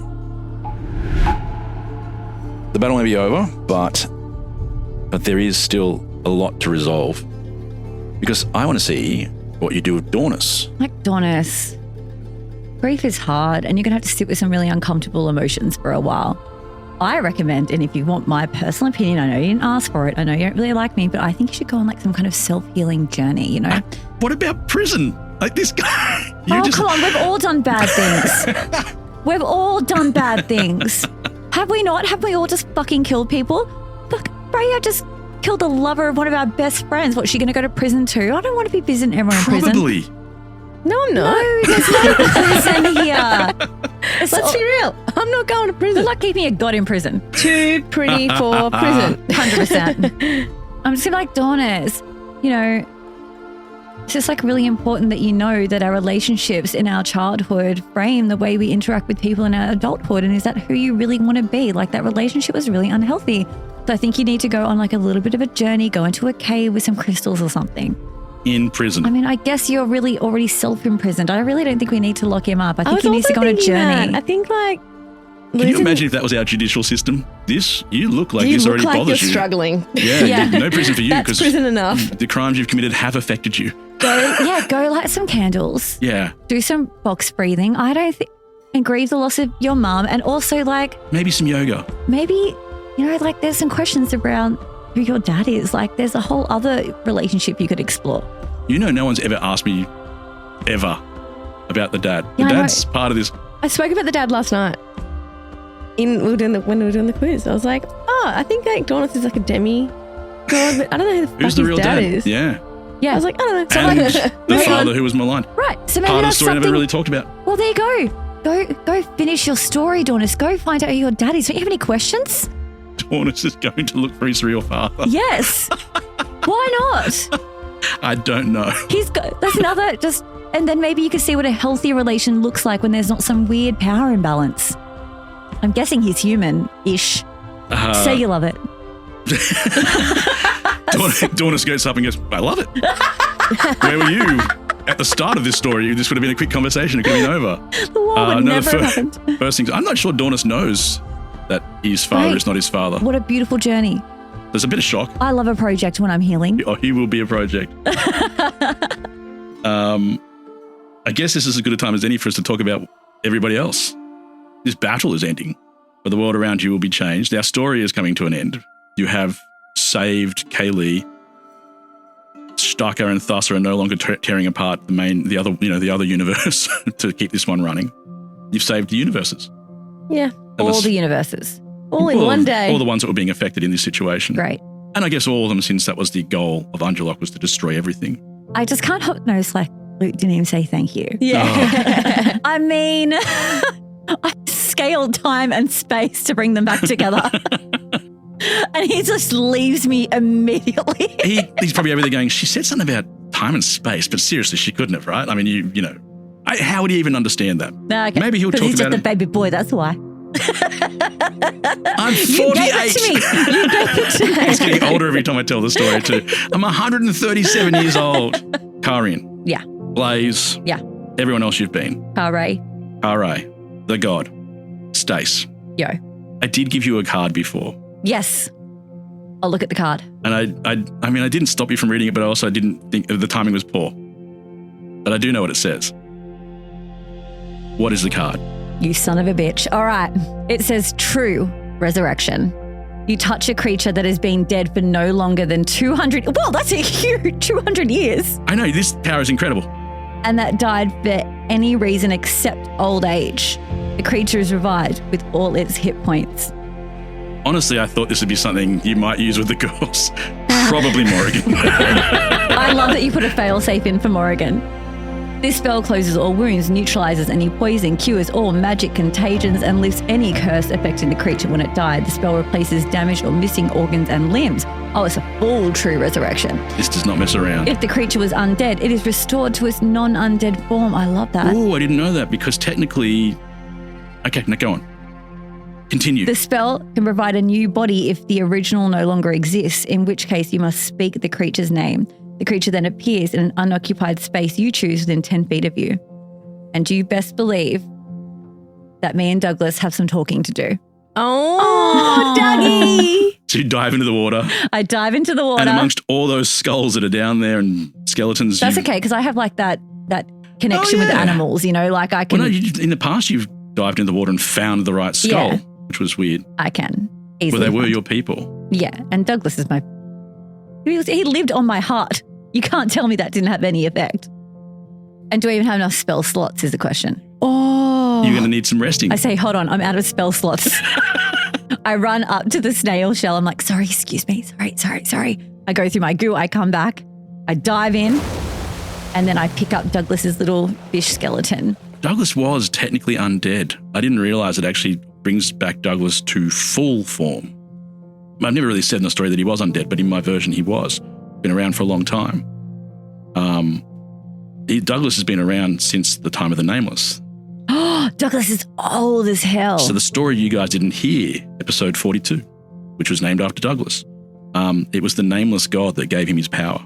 And that's why they requested that, you know, he would have lost all of his powers if he didn't do what he was told. Which is why he nearly betrayed you. He was so going to betray you, except you guys suddenly decided to feed him. As soon as I decided to, Anyway. Yeah. Douglas is back. I've just realized what else you can do. I can bring back all my people. But didn't their souls go into the gods? Oh, yeah, I guess. But I mean... But then if I withdraw all their souls from the gods, then they are no longer gods. But it's loot. Oh! Loot has. How many times can I use it, though? Holy It's going to take some time. I'm sure it's an 8th level spell. I don't, you know... Okay, girls. You got to know their name. You got to do some history. You're going to need some family trees. There's going to be some historians around you going, I think this one belongs to... So this is how this is going to go. But last time you touched... Actually, you might not need to. Last time you touched a skull, it told you who it was. It did. They tell me. You might be able to bring... Slowly. It'll take you an extremely long time. You may need some help. You only get a couple of spell slots a day. Yeah. Okay, sorry, I'm just going to have to ask this question. It says no longer than 200 years, but... It poses a problem for family. For the people, because it was 400 years ago. Exactly. Oh, no. You've just talked yourself out. You know what? Great. Fuck them. It's our story. It's our story. It's really cool. Yeah, I like that. You obviously have to have a quick chat with Loot to get the souls back out. Loot doesn't even hesitate. walks over and just dips the staff in the water. And you see the souls come out, the souls of your people that went into Lute come out of him via the staff straight in. Hopefully they don't get tainted by the Nameless in the way, but we'll talk about that some other time. Maybe they will, maybe they won't, I don't know. But you see all those souls in that water, and over time, you'll be able to bring back your people. I got goosebumps. I mean, you can keep jumping inside and outside of Shaka to get long rests and just be doing that over and over again. I'm gonna say that's probably dodgy. All right, look. However, I really thought they were just like happily in the ever afterlife. But now I'm going to drag them straight back down to this. Probably should actually ask them if they don't want to come back. Do you want to come back or no? You can choose to go back in as a god, but Lute technically is renouncing his power. Okay, Ooh. and that makes sense to me that he would. He never really wanted this. No. It was just the choice. He wants to meet up with Captain Aneko again and Dutch, and he wants to kind of be a little pirate, a good pirate. But, of course he does. Yeah, he's out there he's stealing from the rich to give to the poor. Okay, no, so you go live your truth. Robin Lute. Robin Lute. Rob and Lute. Yeah. Yes, he's out there doing what his namesake says. Rob and Lute. Okay. And the last part of his name is and give to the poor. It's French. Okay, so I think that's our choice. So what happens to Douglas? What would you like to happen to Douglas? I don't know. Who was he before? Was he always a fish, or was he cursed to be a fish, or was he a... He was always a fish. Okay, he was always a fish. So when he is revived, resurrected would be the word. Yes. He turns into his former true self, which just so happened to be a rainbow fish. Okay, he was a goldfish, but rainbow fish change. Perhaps it works for me. Oh, he was a goldfish, was he? He was. He was given away by a little girl. She thought she was doing the right thing. I didn't hear that episode. No, I know. So, okay, I got to change my story. Okay, he's reformed to all his former glory as a big, beautiful goldfish, but he's not like orange gold like we know in our world. He's literally gold. Oh. Because he's full. He's full, like, revived now. He's untarnished. He hasn't been faded by time. He's a shimmering metallic gold. Huh. I say her. I say her. I say her. Because... You've got a card that says if Kaa'Riin mentions gold. If Kaa'Riin revives Douglas and turns him into an actual goldfish, at least say the sentence, I'm a real boy, out loud. We'll see what happens to Douglas. We'll see. In the days that follow this battle, lots of people are going to tell stories about it. But the actions of people that followed are probably the more interesting thing. Lute and Dutch left to try and find Captain Aneko. But on their way, Lute stopped by the water, and he held that staff down into the water and released the rest of the whales. Oh, and the ocean, the Bay of Whales is full again. They are not real whales; they are spiritual whales. Yeah. But the capacity to heal again has returned to Kaa'Riin. Aww. They spend their time searching for Aneko to return Dutch to his wife. Oh. Yes. Finati and Freya's mother remain together and return to the fortress of Orchestral Sands, where your father is making his way clear of the tunnels below. From the prison. Because you killed Lord Caradril. And all of those people are free. Yay! Thine returns there as well, because they know that even though they are suddenly going to be seen on the stage again, and they were once abandoned and banished, they will need leadership so they can become a vibrant community again. Who's getting with my mum? I guess both of them, because they're... Great, love that. She's good. Dad and stepdad. And they all just love you so much. That's nice. So much. Lute, in giving away the souls of the whales, also gives away the souls of the god. Returns them into all the souls that made him a god. He doesn't want it. Aww. He returns it into what remains of that staff, of the stone inside, the gem inside the staff, and smashes it into the ground. All those souls will be heading off towards the afterlife, which is empty. And the Nameless, because she was... All of them. Then, yeah. But there is no god to protect that area. no God to look after the afterlife and to help push people back into the real world. Except that's what Lorette chooses to do. Oh, she doesn't feel like she's part of this plane of existence. But that's not a horrible job to take the people who've passed and give them a new direction. So you watch as Lorette leaves this plane and becomes one of the gods in the pantheon. Yay! In the great aquarium of the sky. Taking care of the souls that have passed. Now, there are many other people in our world that we could talk about, but that would probably leave out the most important three. I'm going to let you tell us what happens to Freya, Kaa'Riin, and Morrigan. Who'd like to go first? Well, I don't ever want to be separated from you guys, obviously, but I think it is definitely my time to head back to the Castle of Orchestral Sands. In saying that, I want to give the Cotton and the Nine Lives Guild a home, and I would ask them to come back as well. They absolutely join you, yeah. Yeah. So then they have a home, and then I would like to be with my family, but never too far away from the girls. Lovely. Yeah, I think we're always just like a quill away or something, right? Like a Uber. We're an Uber away. Okay. In feeling satisfied that my family souls are being taken care of a very benevolent God in the afterlife, I am going to go back to where I came from, which was destroyed by war, and I'm going to take with me Akari's family, and we're going to start our town again. I'm going to put a search out for any druids who may still be, you know, like there was no proof that I was the last druid. That might be what's known. Yeah. No, you rode the U-Birds, which were among those. Yeah, and I'm going to call for all druids as safe haven. I'm going to, my work isn't done. I need to rebuild my community in the image of what I am now, which is a druid. Very nice. Morrigan. I've got a kingdom to fix and a lot of a lot of explaining to do, if I'm honest. Yeah. I imagine reunite with Shayla without, you know. Who was actually here the whole time, but she's very impressed by how badass I am. I just watched that. That was impressive. Yeah. Yeah.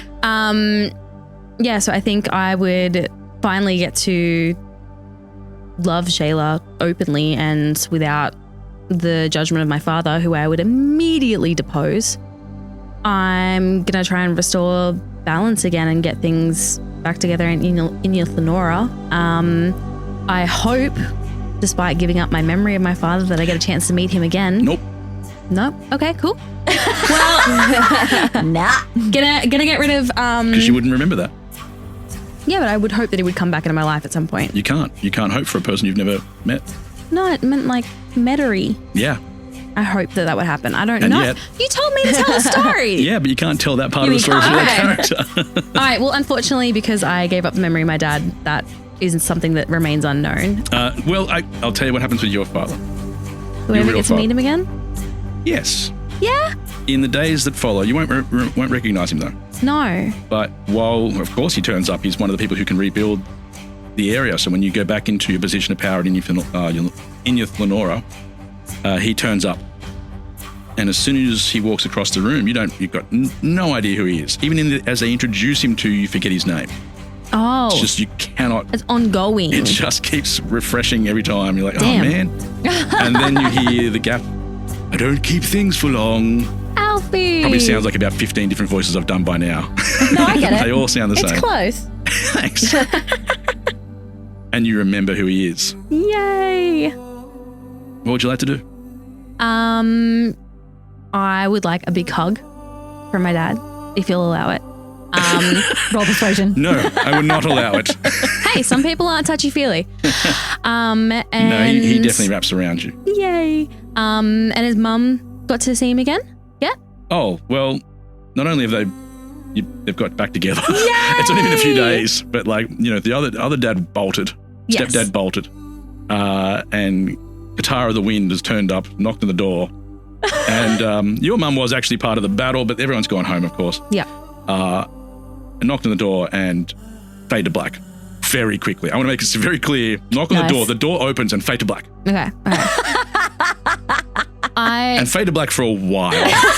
Okay, very Like, this AC/DC. program will return with you in a moment. The walls were shaking. Anyway, I'm not going to say what happened specifically. Okay. I don't want to say what was happening at all. It's so cryptic. He looks very tired.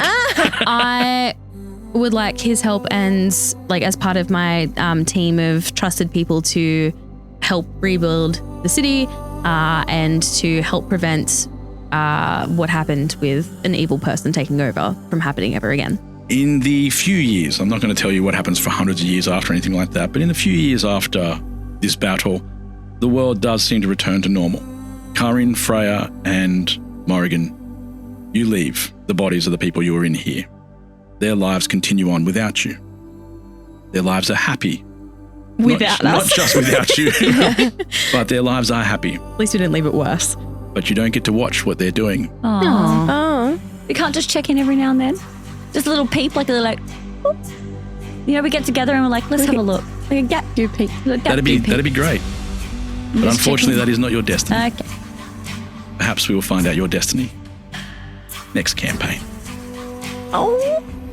You do feel yourselves separating from the hosts now and returning to your godly forms. Where you choose to do that will be interesting. You could be overlooking here. You will not form part of the Pantheon. But there are probably going to be reasons for that. When you say reasons, it feels like the implication is consequences. Yep. We didn't even do anything. God, it's not fair. We finally left a place better. Like, we didn't fuck it up. Oh, we fucking fixed everything and everyone's like, hey, You caused all the problems. I mean, No, we didn't. Sorry, just a question. What happens to Thassa and Shaka and Dumu? Like, I feel like that was like a big story and they didn't get their little... We jumped over the fact that at some stage Stacey and Thassa would probably be very annoyed with you and stop you from getting into the Pantheon. Oh, they had us in an eternal fucking loop. Yeah, but I mean, you took their kid. Not our fault. And you forgot to tell them. You didn't forget, you just... Did we apologise to them? Nope. Don't need to. I would like to add that into... No, I would like to add that into my No one backstory. appreciates us. No one appreciates us. I'm sick of it. I'm adding that into my epilogue. I do apologise. I go out of my way to apologise for my role in that. I don't. Not fuck you. No one I'll is get my shocked, electric Indy. guy and be Morrigan- like, you want to fucking start shit?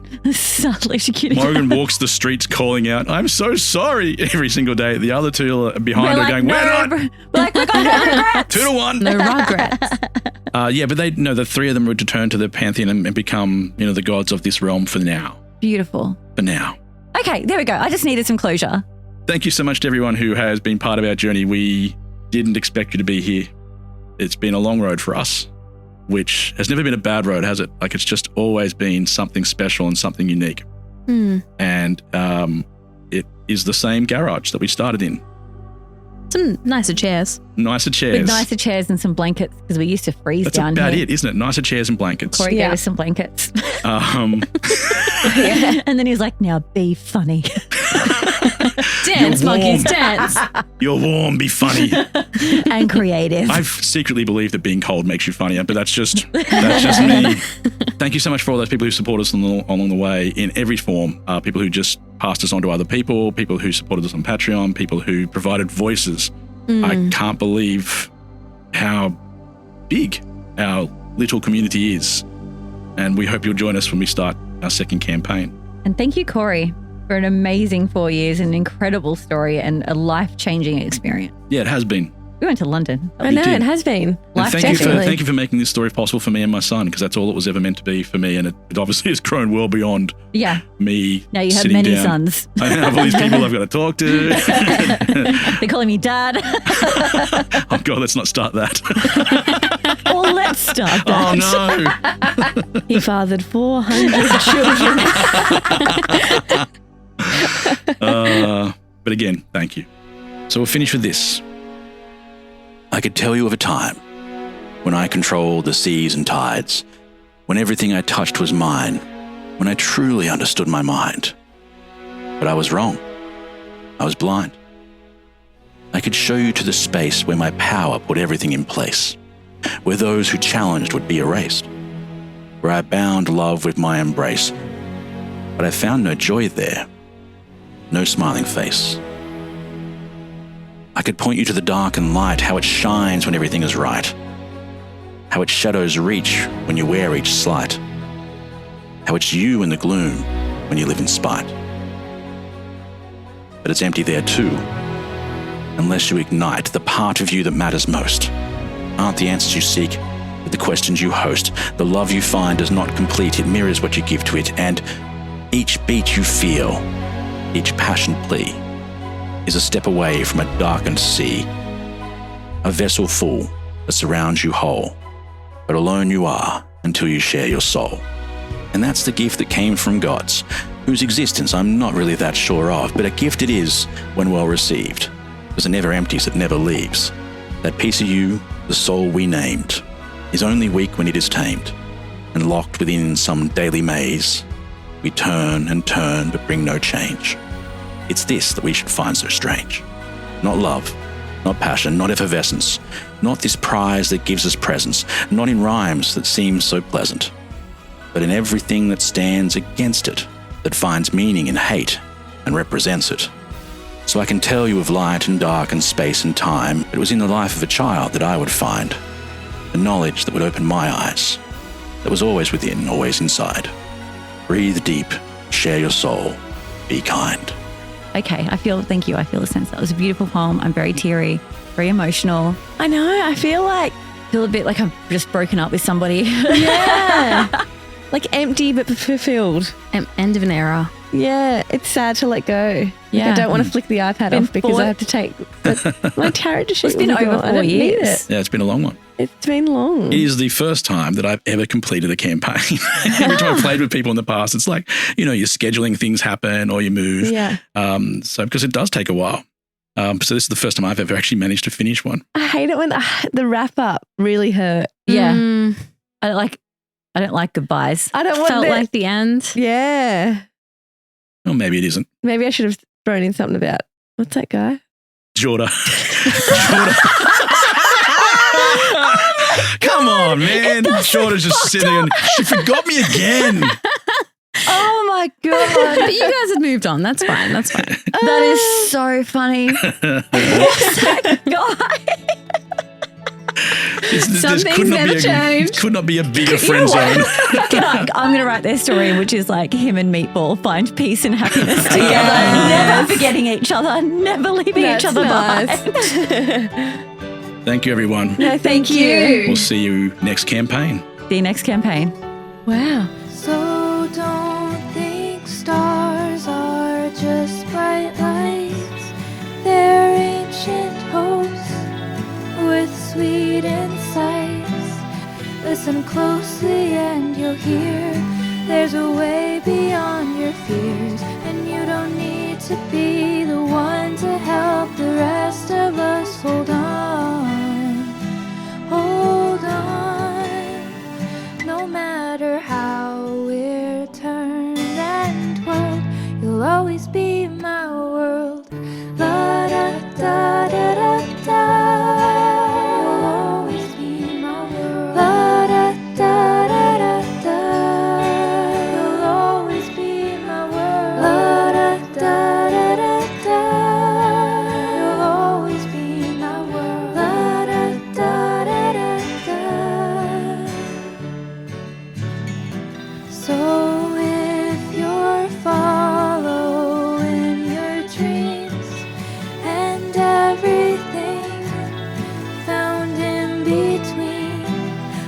That you will still be fine, even in the darkest times, and you won't need to be the one to make the rest of us feel strong.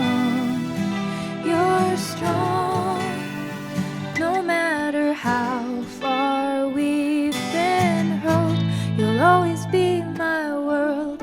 La da da da da da. You'll always be my world. La da da da da da. You'll always be my world. La da da da da da. You'll always be my world. La da da da da da. Now here's the bit that matters more than everything I've despair make you wonder who still cares. But if you're patient, if you breathe, you'll find it's not all as it seems. Time will have those wings unfurl and you'll still be in my world. La da da da da da. You'll still be in my world. La da da da da da. You'll still be in my world. La da da da da da. You'll still be in my world. La da da da da da. Always be my world. But what about Alan? Oh, yes, Alan. In his hand was the staff, or half the staff, given to him by the one who thought it wasn't worth much. To him, though, it was a gift for being pure, for being good, for being honest, for showing heart, for bravery beyond ability. Alan took the staff and walked across the land of Kaa'Riin, spreading kindness and hope, until he found a hut that looked out across the sea, where he could watch the whale wraiths leap. He carved his name into the staff's wooden frame, leaned it gently against a wall, and rocked back and forth in his chair until sleep and dreams found him, and where at last his adventures could fade into foggy memories. Poor Alan. Oh, boy, we always forget Alan. Always.